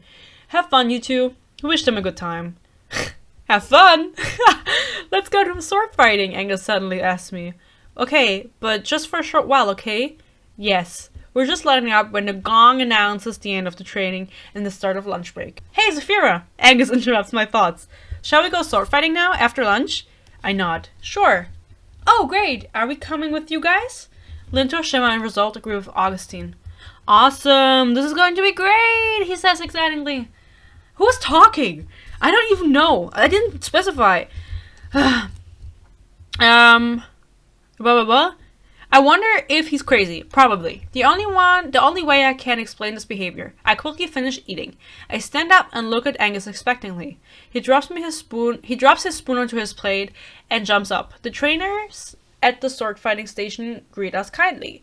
I try to grab a sword, but it's heavier than I expected. It falls onto the ground with a clatter. Angus jumps up. The trainer and the sword fighting station greet. That's what I just say right out, bitch. I skipped the line. Angus immediately bends down to pick it up. He's different from the other couriers, not as cruel. Angus is kind. He keeps the sword and starts stabbing at the training dummy. The anger emanating from him is unmistakable. I watch him in amazement. I never would have thought that he was capable of this. He stops attacking the dummy and looks at his work with satisfaction. The training dummy is missing arms, legs, and a head. Well, and a head? Well, obviously, but you only have one. What? A head. One of the many. The belly is full of holes. The belly? The tum-tum is full of holes. Teach me, I asked Angus. First, he helps me to even hold the sword. Then, he explains to me what he did, just like I did for him before. I try to apply it, but it doesn't go well. To be precise, it ends in a catastrophe. The trainer has to go to the hospital with my sword in his shoulder? I stabbed the trainer? Now we're getting scolded by Augustine because we accidentally stabbed the trainer, however the fuck that happened. Watch what you say or do, princess. You don't want to turn me against you. Oh wait, he's talking a low voice. You don't want to turn me against you, do you? That would be a big mistake. You realized it in the arena. Just stop showing off how good you are to the others. Got it? He snaps at me. Anger rises within me and I want to say something mean back, but Augustine cuts me off. Be quiet, doll. Excuse me? Hello everyone, it's the next day. I just read the next chapter and I went on like a whole tangent that my gynecologist isn't picking up their phone and I need a doctor's note, and for last Saturday and it's Monday now, and like 2 other doctors didn't want to give it to me because they were like, we're not doing that, like we don't know who you are. And I was like, bitch, I literally like I just need a doctor's note. Like, it's not that deep, you know what I mean? Like, how am I supposed to get one on a Saturday when everything is closed? Like, every doctor is closed. And I read the chapter. It's genuinely insane, this chapter. But I didn't record audio, is what I'm trying to say. I forgot to record my audio. So this is not my initial reaction, but I'm still shook. I still haven't processed it. And I hope you're ready for the rest of the chapters, because this is already where, like, it's starting to get problematic. And are you ready? I hope you're ready. Let's go. Well, actually, what happened last, we had the people come into the elevator with us, even though I didn't want to ride with them. Well, me, Sephiroth, because this is a self-insert, as I said. So, let's continue. Just wait. You didn't want to go without us, did you? He laughs, but in his eyes, I see cold anger and cold hatred. I glance at Angus. He has noticed it too. The others haven't. They laugh a lot with Angus. Augustine. They laugh with Augustine. They've probably all become best friends, I think, contemporaneously. Augustine is always nice to me during the ride. Linto and Shimmer say goodbye on level 1. Angus and Result on level 2. 2 more levels. Make the elevator faster. Make it faster! It feels like an eternity, but finally the elevator reaches the 4th level. I want to slip out of the elevator quickly, but Augustine holds me back with an iron grip. Stay here, he hisses at me. So, let me explain something to you. First, you're not shooting arrows anymore, and you're not training sword fighting anymore. Second, if you keep spending so much time with the weakling, I'll rip his heart out. Third, train something you can't do. Fourth, I'm the boss, and I'm the best. He pushes me away and walks into his room with his head held high. I rub my arm. Who does he think he is? Angry, I follow him. So, buddy, now you listen to me. First, I train when I want to train. Second, never call Angus a weakling again. Third, don't you dare touch him. Fourth, I do what I want. I look at him angrily. Augustine swings and slaps me. Angry, I push him. He comes to me and kisses me. I punch him in the stomach and push him against the wall. He looks at me angrily.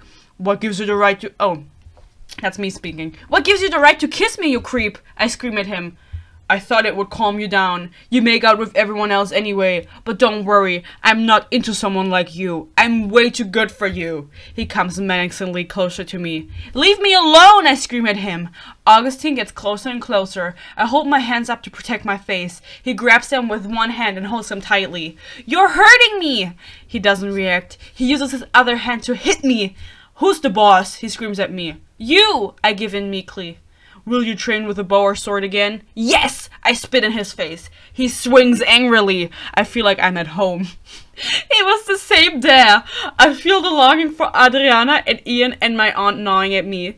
Will you train them again? He screams again. No! Good. I even allow you to train with the weakling. He grins at me. He emphasizes the word weakling. I free myself from his grip and run away. Scene. What the fuck is going on? I genuinely, like, again, you know, I don't remember writing this, but this is honestly, you could write the scene into the Zodiac Academy. Maybe mention that he has a big cock, and then they wouldn't even notice that I wrote that fucking paragraph. But like, I wrote this, like, this came out of my hands. He punches me like 5 times, and then he also he assaults me. What is going on? Like, I probably thought at 11 years old, like, this was hot. See, that is what fanfiction will do to you, and what terrible writing will do to you at age 11, okay? Which is why we cannot support people who publish books like these and sell them on TikTok to underage people. Because I genuinely thought, like, this was slay. I was like, yeah, beat me up and kiss me without my consent. Don't do that. Also, why does it remind me of home? That doesn't make any fucking sense. Because, like, I thought I liked my parents, and they just died of an eel attack. And I don't think my aunt beat me up, but whatever. I even got a drink now, because last night I was like, oh my god, my mouth is getting fuzzy. So let me drink and continue with chapter 16, because now I need to know what the fuck is going on. And if we're, like, getting along with him, or, like, what the issue is. I dream of Adriana. She has to go into the Hunger Games and dies. Then she changes and looks like me. Ian has to go too. He dies too.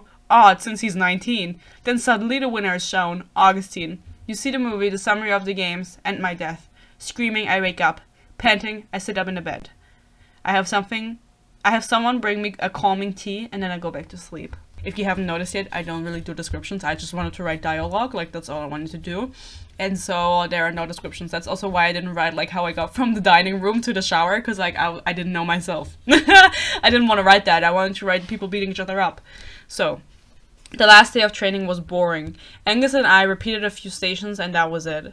Then it was time for individual training. I sat next to Augustine, eagerly waiting. Angus was called up. I don't know if he'll shoot some arrows or demonstrate sword fighting. Probably sword fighting, and he's better at that. And as he's better at that discipline. Augustine nudges me. What? Are you afraid? Afraid you'll get a few points? Maybe he's not as bad as I thought. Maybe he can be nice too. Or can he? He literally beat you up, girl. I mean, you can't be better than me anyway. So, you can't be afraid. And there's the old Augustine again. It's really getting on my nerves. When we're alone, he's always mean. When others are around, he's super nice. I just don't get it. Saphira, it can be of no concern to you. It should be of no concern to you. No, it must be of no concern to you. An inner voice admonishes me. I know she's right. She? Me? Me talking to myself? The boy from District 3 returns. Saphira Evan, echoes through the speakers. I slowly get up and head towards the door. What should I perform? Shooting a bow? Throwing knives? I could throw knives, but I hadn't practiced it. I'll skip sword fighting. I'll just end up hurting myself. I push open the door. Augustine wishes me good luck, but I don't know if he means the opposite. Okay. Saphira Evan, District 4, I introduce myself to them. The chief game maker nods and he doesn't even have a name. Okay. He nods and signals for me to begin. I decide to show them a lot. I save the bow and arrow shooting for the end. The grand finale, so to speak. I start with the obstacle course. As fast as I can, I crawl under cushions that are supposed to be tree trunks in the arena. Jump over cushions? First? No, wait, I skipped some. No, I crawl under cushions that are supposed to be tree trunks in the arena. Jump over cushions? Wait, I crawl under them and jump over them? Whatever. Climb walls and artificial trees and run the slalom. I don't know what it's good for. I don't know what it's good for? Why am I doing it then? Anyway, next I paint my arm to prove my camouflage skills. Okay, shut up, Peter. We know who I got this from.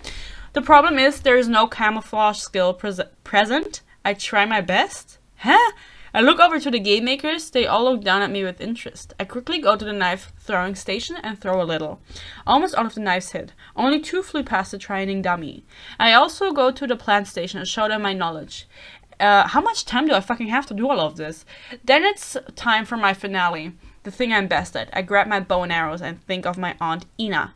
Anger rises in me. That's exactly the anger I need to be perfect. I aim at my target and shoot. Perfect hit. The other arrows follow suit and I see with satisfaction that they are exactly where I wanted them. Hesitantly, I go to the monitor and enter a code. I've never shot at predetermined dummies before and never at moving dummies. I take a deep breath and start shooting. I hit 5 out of 9 times. Disappointed, I look at the game makers. You can go, one of them shouts at me. Dejected, I leave the hall. Augustine grins at me, then he goes with his head high to the game makers. I'm curious to see what he does. I hope he's not better than me. I take the elevator to the 4th floor. Finnick is already waiting impatiently for me. How was the training? Were they impressed? What did you show them? Did everyone watch you? He bombards me with questions. Calm down, Finnick. I completed the course first, then I tried to camouflage myself. Tried? Are you telling me you weren't good? That could ruin all of your other things. Finnick is very upset. I don't think he would be, honestly. I've never seen him like this before. I just hope Augustine is worse than you. Huh? Okay, he mutters. I threw knives, hit almost all of them. Finnick continues to rant. You ruined it. Destroyed everything. Everything! Poor Leo, what will become of you? He's clearly exaggerating. I showed my knowledge. I had that all right, and then I shot arrows, hit them all. I grin at him, satisfied. His face brightens up and he beams again. You did well! Maybe you're good after all! He walks out of the room content. As the winner of the 65th Hunger Games, he knows his stuff. I'd rather not tell him about my blunders with the moving dolls. Oh my god. T, I lied to him that I said I hit all of the arrows, but I didn't. Okay, so I don't trust my own abilities, and I like that I sprinkled a little bit of knowledge in there, like 65th Hunger Games. Like, I looked that up and I was like, okay, I know when he won.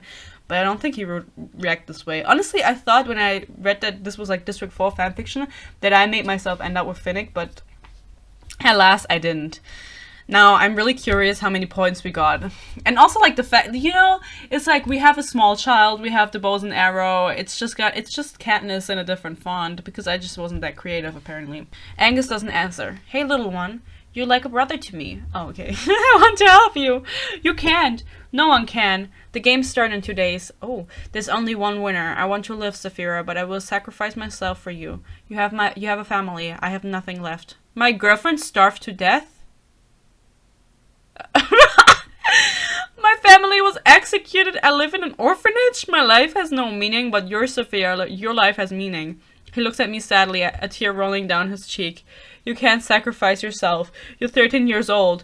I'm 14. What the fuck? You have your whole life ahead of you? Me too! I won't allow it. I will get you out of the arena. I will make sure you survive. He shakes his head. I won't allow that. I won't let my big sister sacrifice herself for me. I can't, Saphira. You mean so much to me. I love you, big sister. I love you too, little brother. I give him a kiss on the cheek. He gets up and leaves. He has to go. The scores will be announced soon. I wipe away the tears streaming down my face and go to the TV room. Augustine, Finnick, and Ocean are already sitting in front of the TV. Isn't he from District 2? Why did his girlfriend starve to death? Aren't they rich? Why is he in an orphanage? I don't get the vibe. Chapter 19, this is really short. I move away from Augustine, but he comes over and puts his arm around me. Angry, I push him away. Stand up and move away. Huh? Augustine shrugs and follows me. I glare at him. I don't want your company, in case you haven't noticed. I hiss at him angrily. Saphira, Ocean scolds me. Ocean. Saphira, just look at the scoring. Caesar Flickerman appears on the screen. Shout out. What is he wearing? I don't even give any description what he looks like. Welcome. Today is the day of scoring. How did our tributes do? Well, they're about to find out. He grins. Then he talks briefly about something else. I consider... Oh, period. The 2 from 1 will get a 9 or 10. I can't estimate result. Hopefully Angus will get over 8 points. Augustine should get a few. But I doubt that he will beat me. Cameron, the boy from 8, I estimate at 10 points. I watched him a bit at the sword station during training. He's really good. Caesar, get to the point, Finnick groans. Grounds, sorry. Very well, let's move on to District 1. The image of Linto appears. District 1 male. Linto. Impressed the game makers and scored 10 points. Congratulations, Linto! Augustine cheers. I don't care. The image of Shimmer appears. Shimmer from District 1. Also a 10. 10 out of 10 because she's so cute. Congratulations to this district. A 10 appears on Shimmer's image. Augustine cheers again. I wonder why. Sooner or later, they'll die anyway. It doesn't really make him happy. He's just pretending. I hate Augustine. I hate him more than anyone else in this world. He's so fake and deceitful. Our next tribute is Angus from District 2. Angus receives the proud score of... ... 9 points! Congratulations, Angus! Yes! I cheer now. Even though I just said I hated cheering because they're gonna die anyway. Finnick, he got 9 points! I happily jump up and down on the sofa. 9 points, 9 points, I celebrate. Saphira, please. Ocean admonishes me. Annoyed, I roll my eyes. I wonder if his district partner is as good. Let's see how well Resolve did. A shining 9 appears on the screen. Both of them got a 7 in District 3. Not particularly good, but not bad either. And then it's our turn. Come on, Caesar. Our male tribute from District 4, Augustine, scored a whooping 11 points. I stare at the screen. A silver 11 appears. Augustine jumps up and whirls around the room. I got an 11. I got an 11. I got an 11. He reminds me of a goblin? A goblin? Aunt Ina used to tell me stories about goblins to scare me. But I always had to laugh about these creatures. And now Augustine dances around like a goblin. Why the fuck did I write goblin? What? That's so random. I can't help it. I burst out laughing loudly. Ocean looks at me disapprovingly. Saphira, your score. Right, I focus back on Caesar. You'll only get 5 points anyway. I would like to strangle Augustine. Our female tribute from District 4, Saphira, also has a good score. She can be very proud of herself. 10 points for Saphira! I scream with joy. That's more than I expected. Okay, thank you, Finnick. Finnick embraces me fiercely. Augustine has finished his goblin dance and looks at me angrily. You wretch! He jumps at me and closes his hands around my throat. He presses down. I feel like I can't breathe anymore. Ocean screams something. I can't understand what. Finnick tries to pull Augustine away. My surroundings start to darken until they are completely black. All sounds fade away. He just killed me. I got less points than him and he just murdered me. What the fuck? Is she okay? I hear Finnick ask, concerned. Am I dead? If so, why is Finnick here? I open my eyes. Bright light blinds me. Turn the light down. She'll go blind otherwise. Ocean. Augustine was lucky.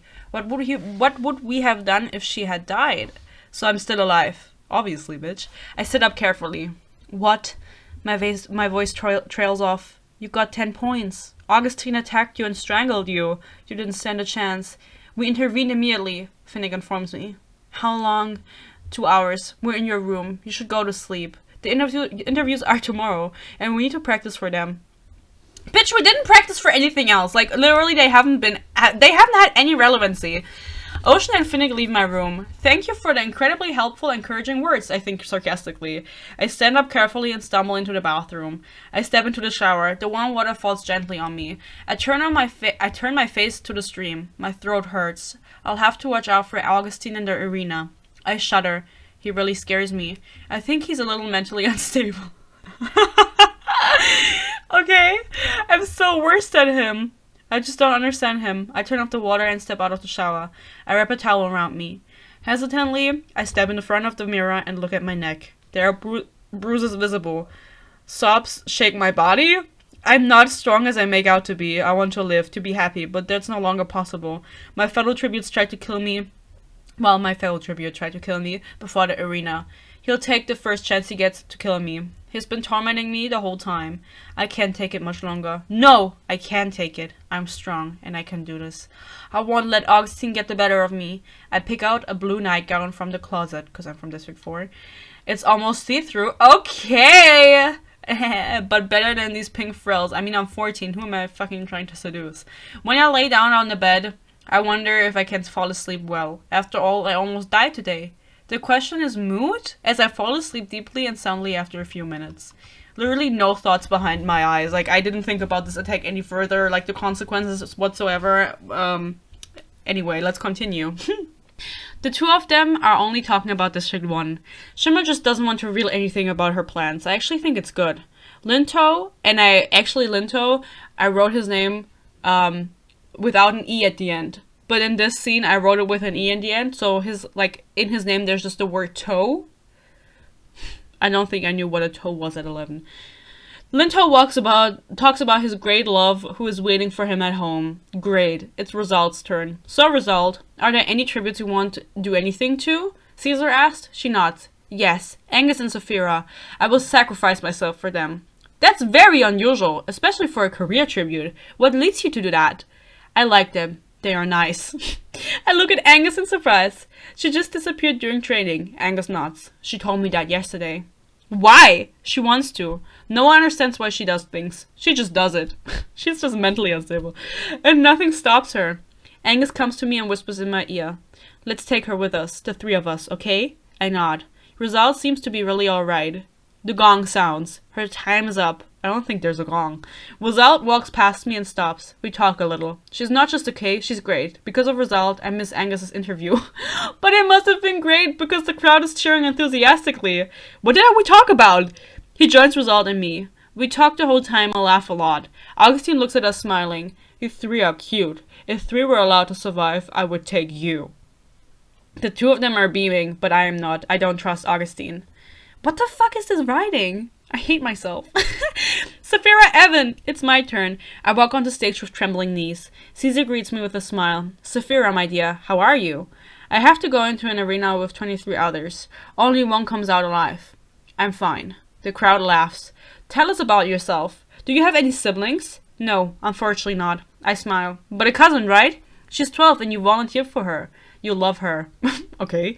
More than anything about yourself? No. Oh, more than anything else in the world. Do you want to win?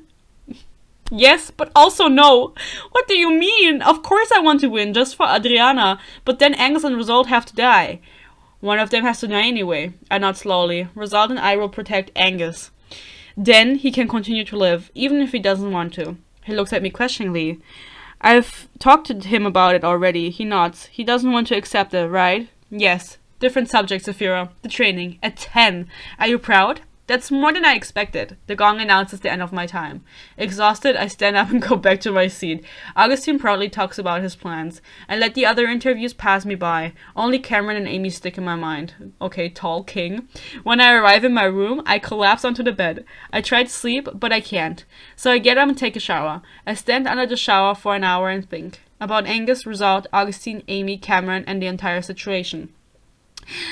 I want to win and return to Ian and Adriana, but that means Result, Angus, and Amy have to die. I've never talked to Amy, but I don't want that. Result and Angus were my allies, or are my allies. Amy is 12 and Cameron is so strong. They all deserve it. Desperately, I search for a way out, but I have to realize that there is none. Only one of us can survive. There is no other option. I can see Ian and Adriana. I'm looking down on them from above. They see my death in the arena. Angus will be the winner. I have kept my promise and sacrificed myself for him. Tears run down their cheeks and they scream at the screen. Why he took me from them. Although it's not the screen's fault. It's mine. What the fuck? Why would it be the screen's fault? I wanted it that way. Ian jumps up and leaves the room. Adriana follows. For a long time I see nothing. But then I see them. Both dead. In District 4 Square. The next moment they are beside me. We are together in heaven? United in a better place? What the fuck? What does Jesus have to do with this? Why are we in heaven? I also don't think if you kill children, you're gonna end up in heaven. Peace and love. Because I must have killed someone, but like, why would they kill themselves? Everything okay? I nod. Where's my clothes? I almost forgot. Here they are. Bitch, you forgot my clothes? I don't think that's how it works. He goes to the end of the room and retrieves a stack of clothes. Long pants, a t-shirt, and a jacket. I look at the pants more closely. Oh my god, what the fuck? Why did this just come up? I look at the pants more closely. A zipper can make them into shorts. Oh, slay. I quickly slip into the pants and pull the t-shirt off over my head. Leo helps me with the jacket. Why does he do I need help with the jacket? 20 seconds until launch, a computer voice informs us. So I take a deep breath and start to go. Leo holds me back and embraces me. Tears glisten in his eyes. Don't cry, Leo. Not for me. A tear breaks loose and I wipe it away. Sophia, you have to come back. Augustine can't win. Promise me. His voice sounds desperate. I promise to try. You have to. Tears run down his cheeks. 10 seconds. He holds me tightly again, then lets me go. He looks at me sadly. 5 seconds. Adrenaline rushes through my body. I turn around and stand on the platform. I believe in you. We'll see each other in a few weeks. In a few weeks? How long are the games? Oh my god, I don't actually know how long the Hunger Games was, like, the first one. How long were they in the arena for? But, like, a few weeks? A glass wall surrounds me. In a few seconds, it will begin. One last look at Leo, then darkness envelops me. I am on my way to the arena. For 15 agonizing seconds, I am shrouded in darkness. Then the platform stops and the glass wall disappears. The countdown begins. 60 seconds until the horror begins. Countless tributes will lose their lives at the cornucopia. They won't even survive the first day. I could be among them. Who knows what Augustine has planned? For many families, hope of a reunion is destroyed right away. I glance at my watch. At my watch? 53 seconds left? I'm wearing a watch? I don't think that's how it works, girl. Where's Angus? There. 2 starting clocks to my right. Result, to my left. I smile at her. She grins back encouragingly. I can't spot Cameron and Amy. Augustine seems to be behind the cornucopia. Only 40 seconds left. In front of me lies the cornucopia. Countless weapons are visible. Trident, sword, knives, bows, backpacks. Everything one could desire. Only half a minute left until the slaughter. Quickly, I survey the arena. A forest is visible behind the cornucopia. Most will run there. To my left is tall grass and fields of various grain crops. I must be at least waist-high. Good for hiding from other tributes, but one can also easily be surprised. To the right is an open plain.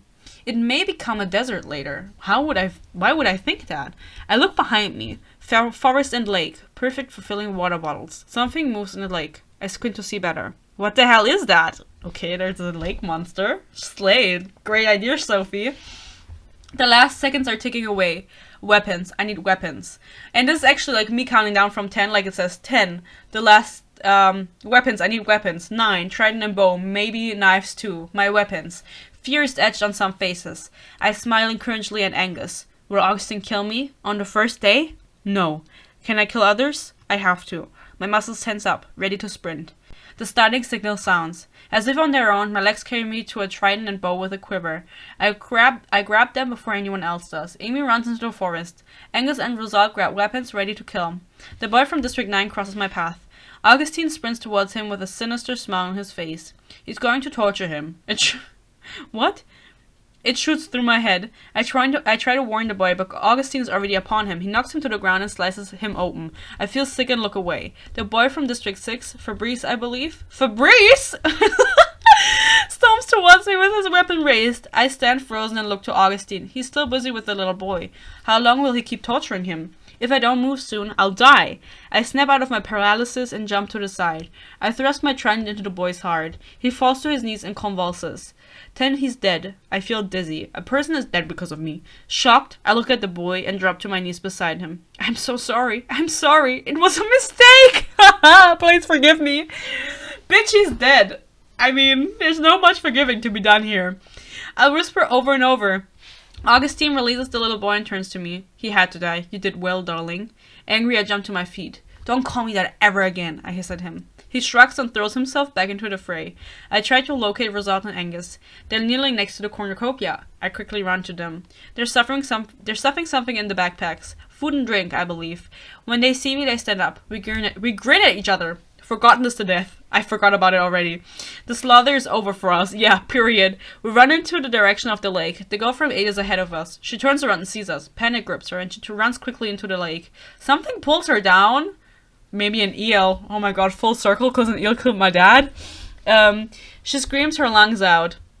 The water crashes over her. We stand there in shock. What's in the lake? The water surface opens, and something is spat out. It lands right in front of us. It's the girl from 8. Her appearance is disgusting. We turn around, and I feel the urge to vomit, but I resist. How the fuck did I come up with that? That's really creative, girl. Slay. Let's go. Result suggests. Good suggestion. We agree and go back to the cornucopia. Huh? Back to our allies. The hovercraft can pick up the gruesomely disfigured body of the girl. One look is enough to see that the slaughter is over. I breathe a sigh of relief. A sigh of relief, not a sign. We're still all alive. Augustine, Linto, Shimmer, join us. Let's look for food, Shimmer suggests. We have enough food at the cornucopia, Augustine says. The others also frown. The suggestion is so pointless. We don't need it. Okay, so we're saying she's stupid. Then let's show that we can survive on our own. Result and Angus side with them. Let's go, I throw in. Fine, Augustine grumbles, visibly offended. Huh? I don't get it. Are we going to get food or what? Like, we have food from the cornucopia. He's right. Like, a stupid suggestion. Anyway. Together, we are searching for something to eat. What? Slowly, this seems stupid to me. We have plenty of food at the cornucopia, so why are we wandering around looking for it? A cannon shot. The dead are being counted. Boom, boom, boom, boom, boom, boom. 7 cannons, 7 dead. That's not many. I count. We are still 17 tributes. Wait, the math isn't mathing. Yeah, it is mathing, actually. See, I failed math class. Berries! Result exclaims happily. She runs quickly to the berries. I squint my eyes. I know those berries. Angus looks at me. He's also thinking hard. Result takes a handful of berries and lifts them to her mouth. I recognize the berry. Result! I scream in panic. Result! End of chapter. Why the okay, a berry death? We need it. Creative queen. But it's too late. The berries are already in her mouth. Result chews and swallows them down. Bitch, we're screaming at you to not do that, and instead of spitting them out, she chews them and swallows. His body starts to convulse uncontrollably, and she screams in pain. Result falls onto the soft forest floor. Angus and I run toward her, dropping to our knees beside her. Result, listen to me. You can do this, okay? Result, don't leave me alone. Angus sobs. Result looks at him firmly. The convulsions have stopped. Angus, you still have Saphira. She'll take care of you. I'll never forget you both. You're the best people I've ever met. I'll be waiting for you in another world, I promise. Okay. Tears run down her cheeks. Result, I sob.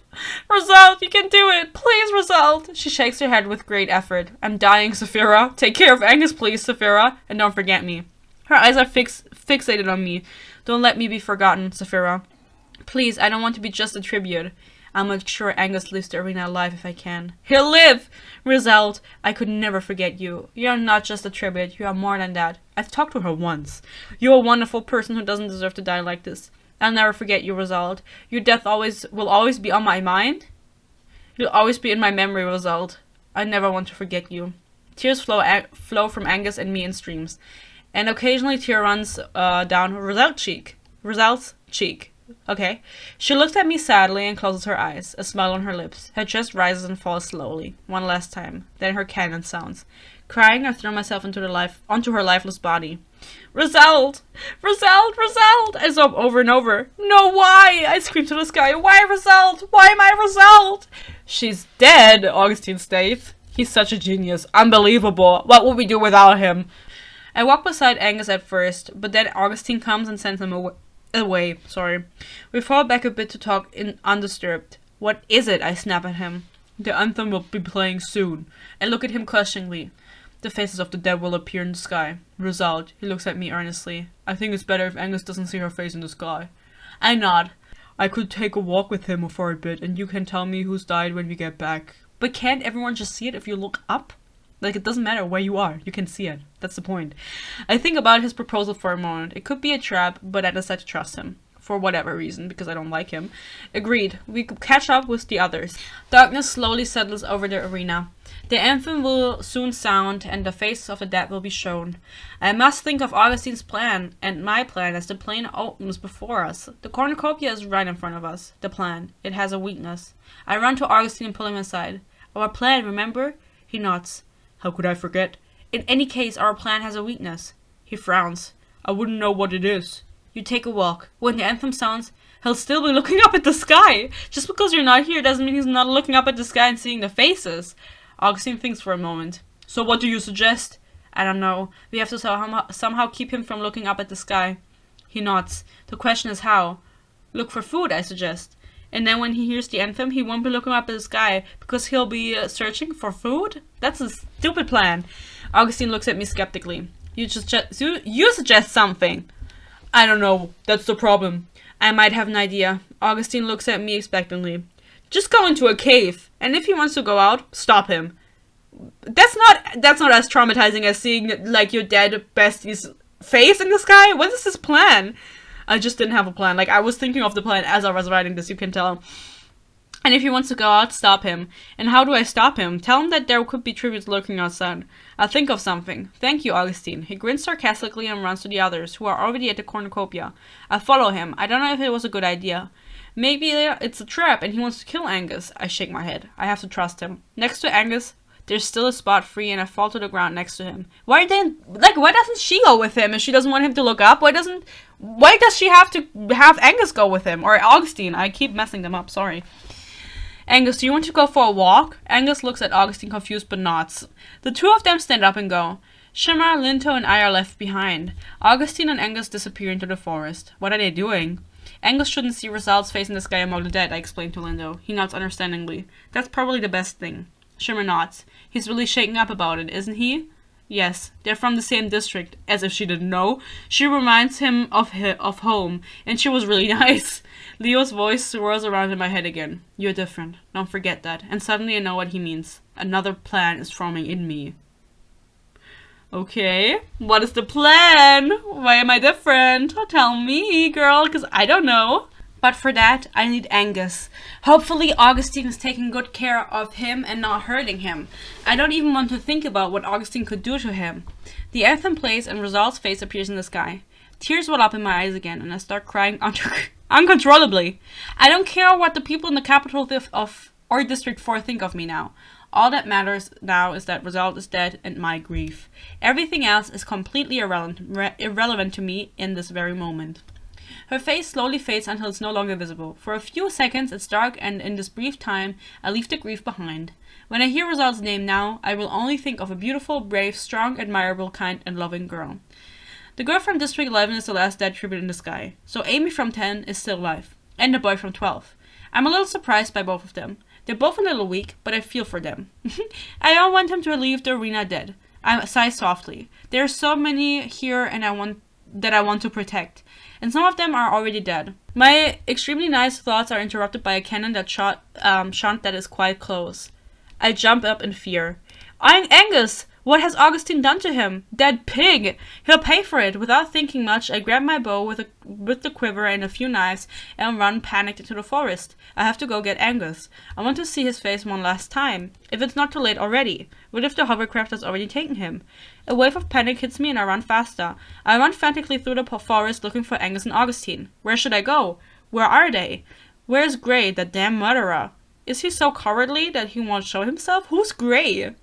I also don't think that the cannon shot, that it's close. I think it's just a general cannon shot, right? Like there's no closeness to that. It's just everywhere, the same closeness. But alas, maybe I didn't know that. I don't deserve to live. It's the best if I just kill myself here and now.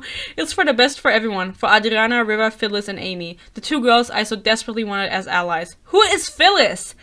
Ian will hate me for it, but I have to do it. I have to be at peace with myself. I stumble and fall to my knees. I just lay there and wish someone would find me and kill me, end my pointless life. Laughter reaches me. Augustine. Anger and hate rises inside me. He will pay for what he's done. This pig, this idiot. Murderous thoughts fill my mind. Augustine's laughter brings me back to reality. Like I'm being controlled, I stand up and walk towards the laughter, expecting the worst. The worst scenarios of Augustine having killed my little Angus flashes through my mind. Tears shoot into my eyes as I arrive at the clearing with a cave. Angus lies on the ground. A spear in him? I drop to the ground. Tears run down my cheeks. I lean over Angus's little body. The tears drop onto him, onto his small face. I wipe them away lovingly as I hear Augustine laughing. He stands directly behind me and pulls me to my feet. Sophia, you have to be careful, he says, concerned. I look at him incredulously. Unable to say a word, I stand in front of him. Something could happen to you, Sophia. I find my voice again. Do you have all your marbles? Oh, that's a German idiom that I translated. Like, are you out of your mind? You just killed my ally. You're a miserable little wretched pig. You don't really care, so don't pretend like you do. He sharply inhales. We'll see each other at the camp. Then he turns around and runs through the underbush in the direction of the cornucopia. I don't watch him go. He's not worth it. I bend down to Angus again. I lay my head on his chest. Tears run down my cheeks and I listen to his weak heartbeat. Oh, so he's still alive! Slowly, tears roll down. Why am I not saying anything to him then if he's still alive? Slowly, tears roll down my cheek and land on his chest. Grief over his death runs deep in my bones and deep in my soul. His name will forever remain in my heart, for it is something special. He is not just a tribute in the games, he is more than that, but the Capitol cannot see that. I wish I could scream at the Capitol now, but I don't have the strength to do so. Grief drains me, destroys me from within. Okay, that's deep. Slowly, I rise and wipe the tears from my face. I take a deep breath and look down at Angus. Immediately, the tears begin to flow again. I don't care that probably all of Panam is watching me right now, unless there is a fight going on somewhere, because it's about him. It's not about how much people like me, how many people like me, or how strong they think I am. It's about the fact that we are all worth more than dying here, killed by other children. Indecisively, I stand in the clearing. Should I leave so they can retrieve his body? Angus's body. I decide to say goodbye to him one last time and then leave him behind until all of this is over, so that I can fully express my grief in safety. I turn around and start walking towards his body. Suddenly, I stop in the middle of the path. There's nothing where his body was before. The ground is soaked with blood, but there's nobody lying in it. Oh my god! I turn around uncertainly. The hovercraft has not arrived yet. Someone is here. A cold gust of wind sweeps over the clearing and I start shivering. I wrap my jacket tighter around my body and hug myself. Trembling, I stand in the clearing as a hand is placed on my shoulder. I spin around and follow my instinct. Stab. I thrust my head forward only to realize that my knife is still with Amy, while the others lie in tall grass. Ugh, dumb bitch. I brace myself for the painful blow and close my eyes instead. I don't want to know who's killing me. I just want it to be over quickly and with as little pain as possible.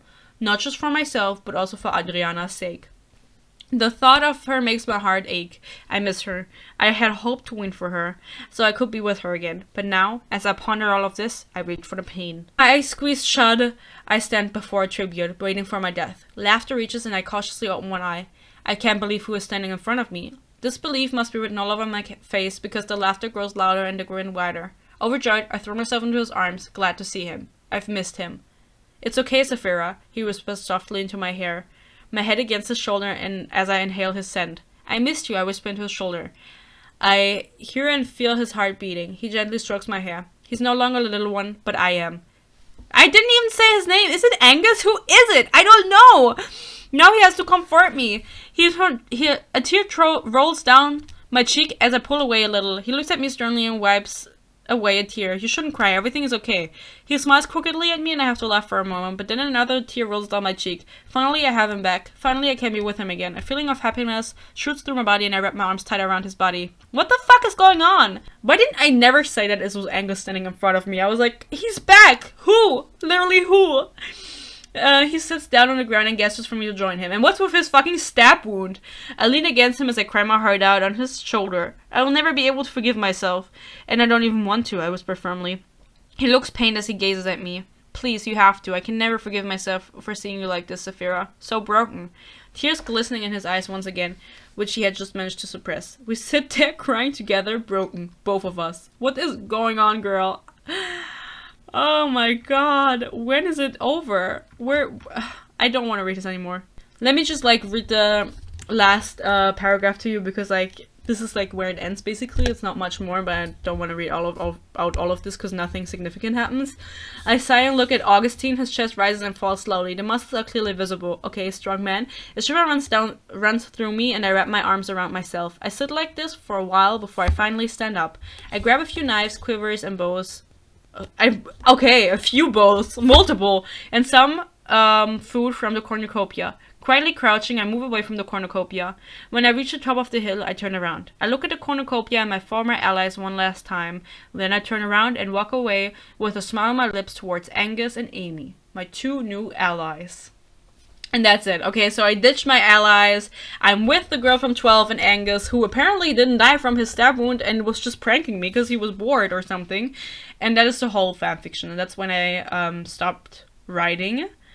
And honestly, I think it's a banger. Like, I think it's good. Like, it could be better, obviously. Like, it's kind of bad. It's actually pretty bad. But I think it's on par with a lot of the shit that I have to read for this channel. I don't have to read it, but with a lot of stuff that I do read for this channel. So I hope you enjoyed that. I know it was really long. I didn't think it was going to be that long. I hope you thought it was fun.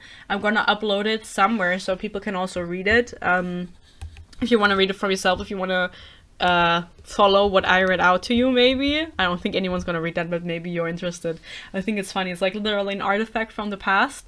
And that's literally all there is. That's all there is. That's all there is to the Hunger Games. I'm so happy that I don't have to read that ever again, because that was kind of embarrassing that I wrote that. The whole, like, beating up thing, and then, like, I don't really know. I wish I remembered that I wrote this, because then I could tell you, oh, I wanted this and this to happen, and this to happen.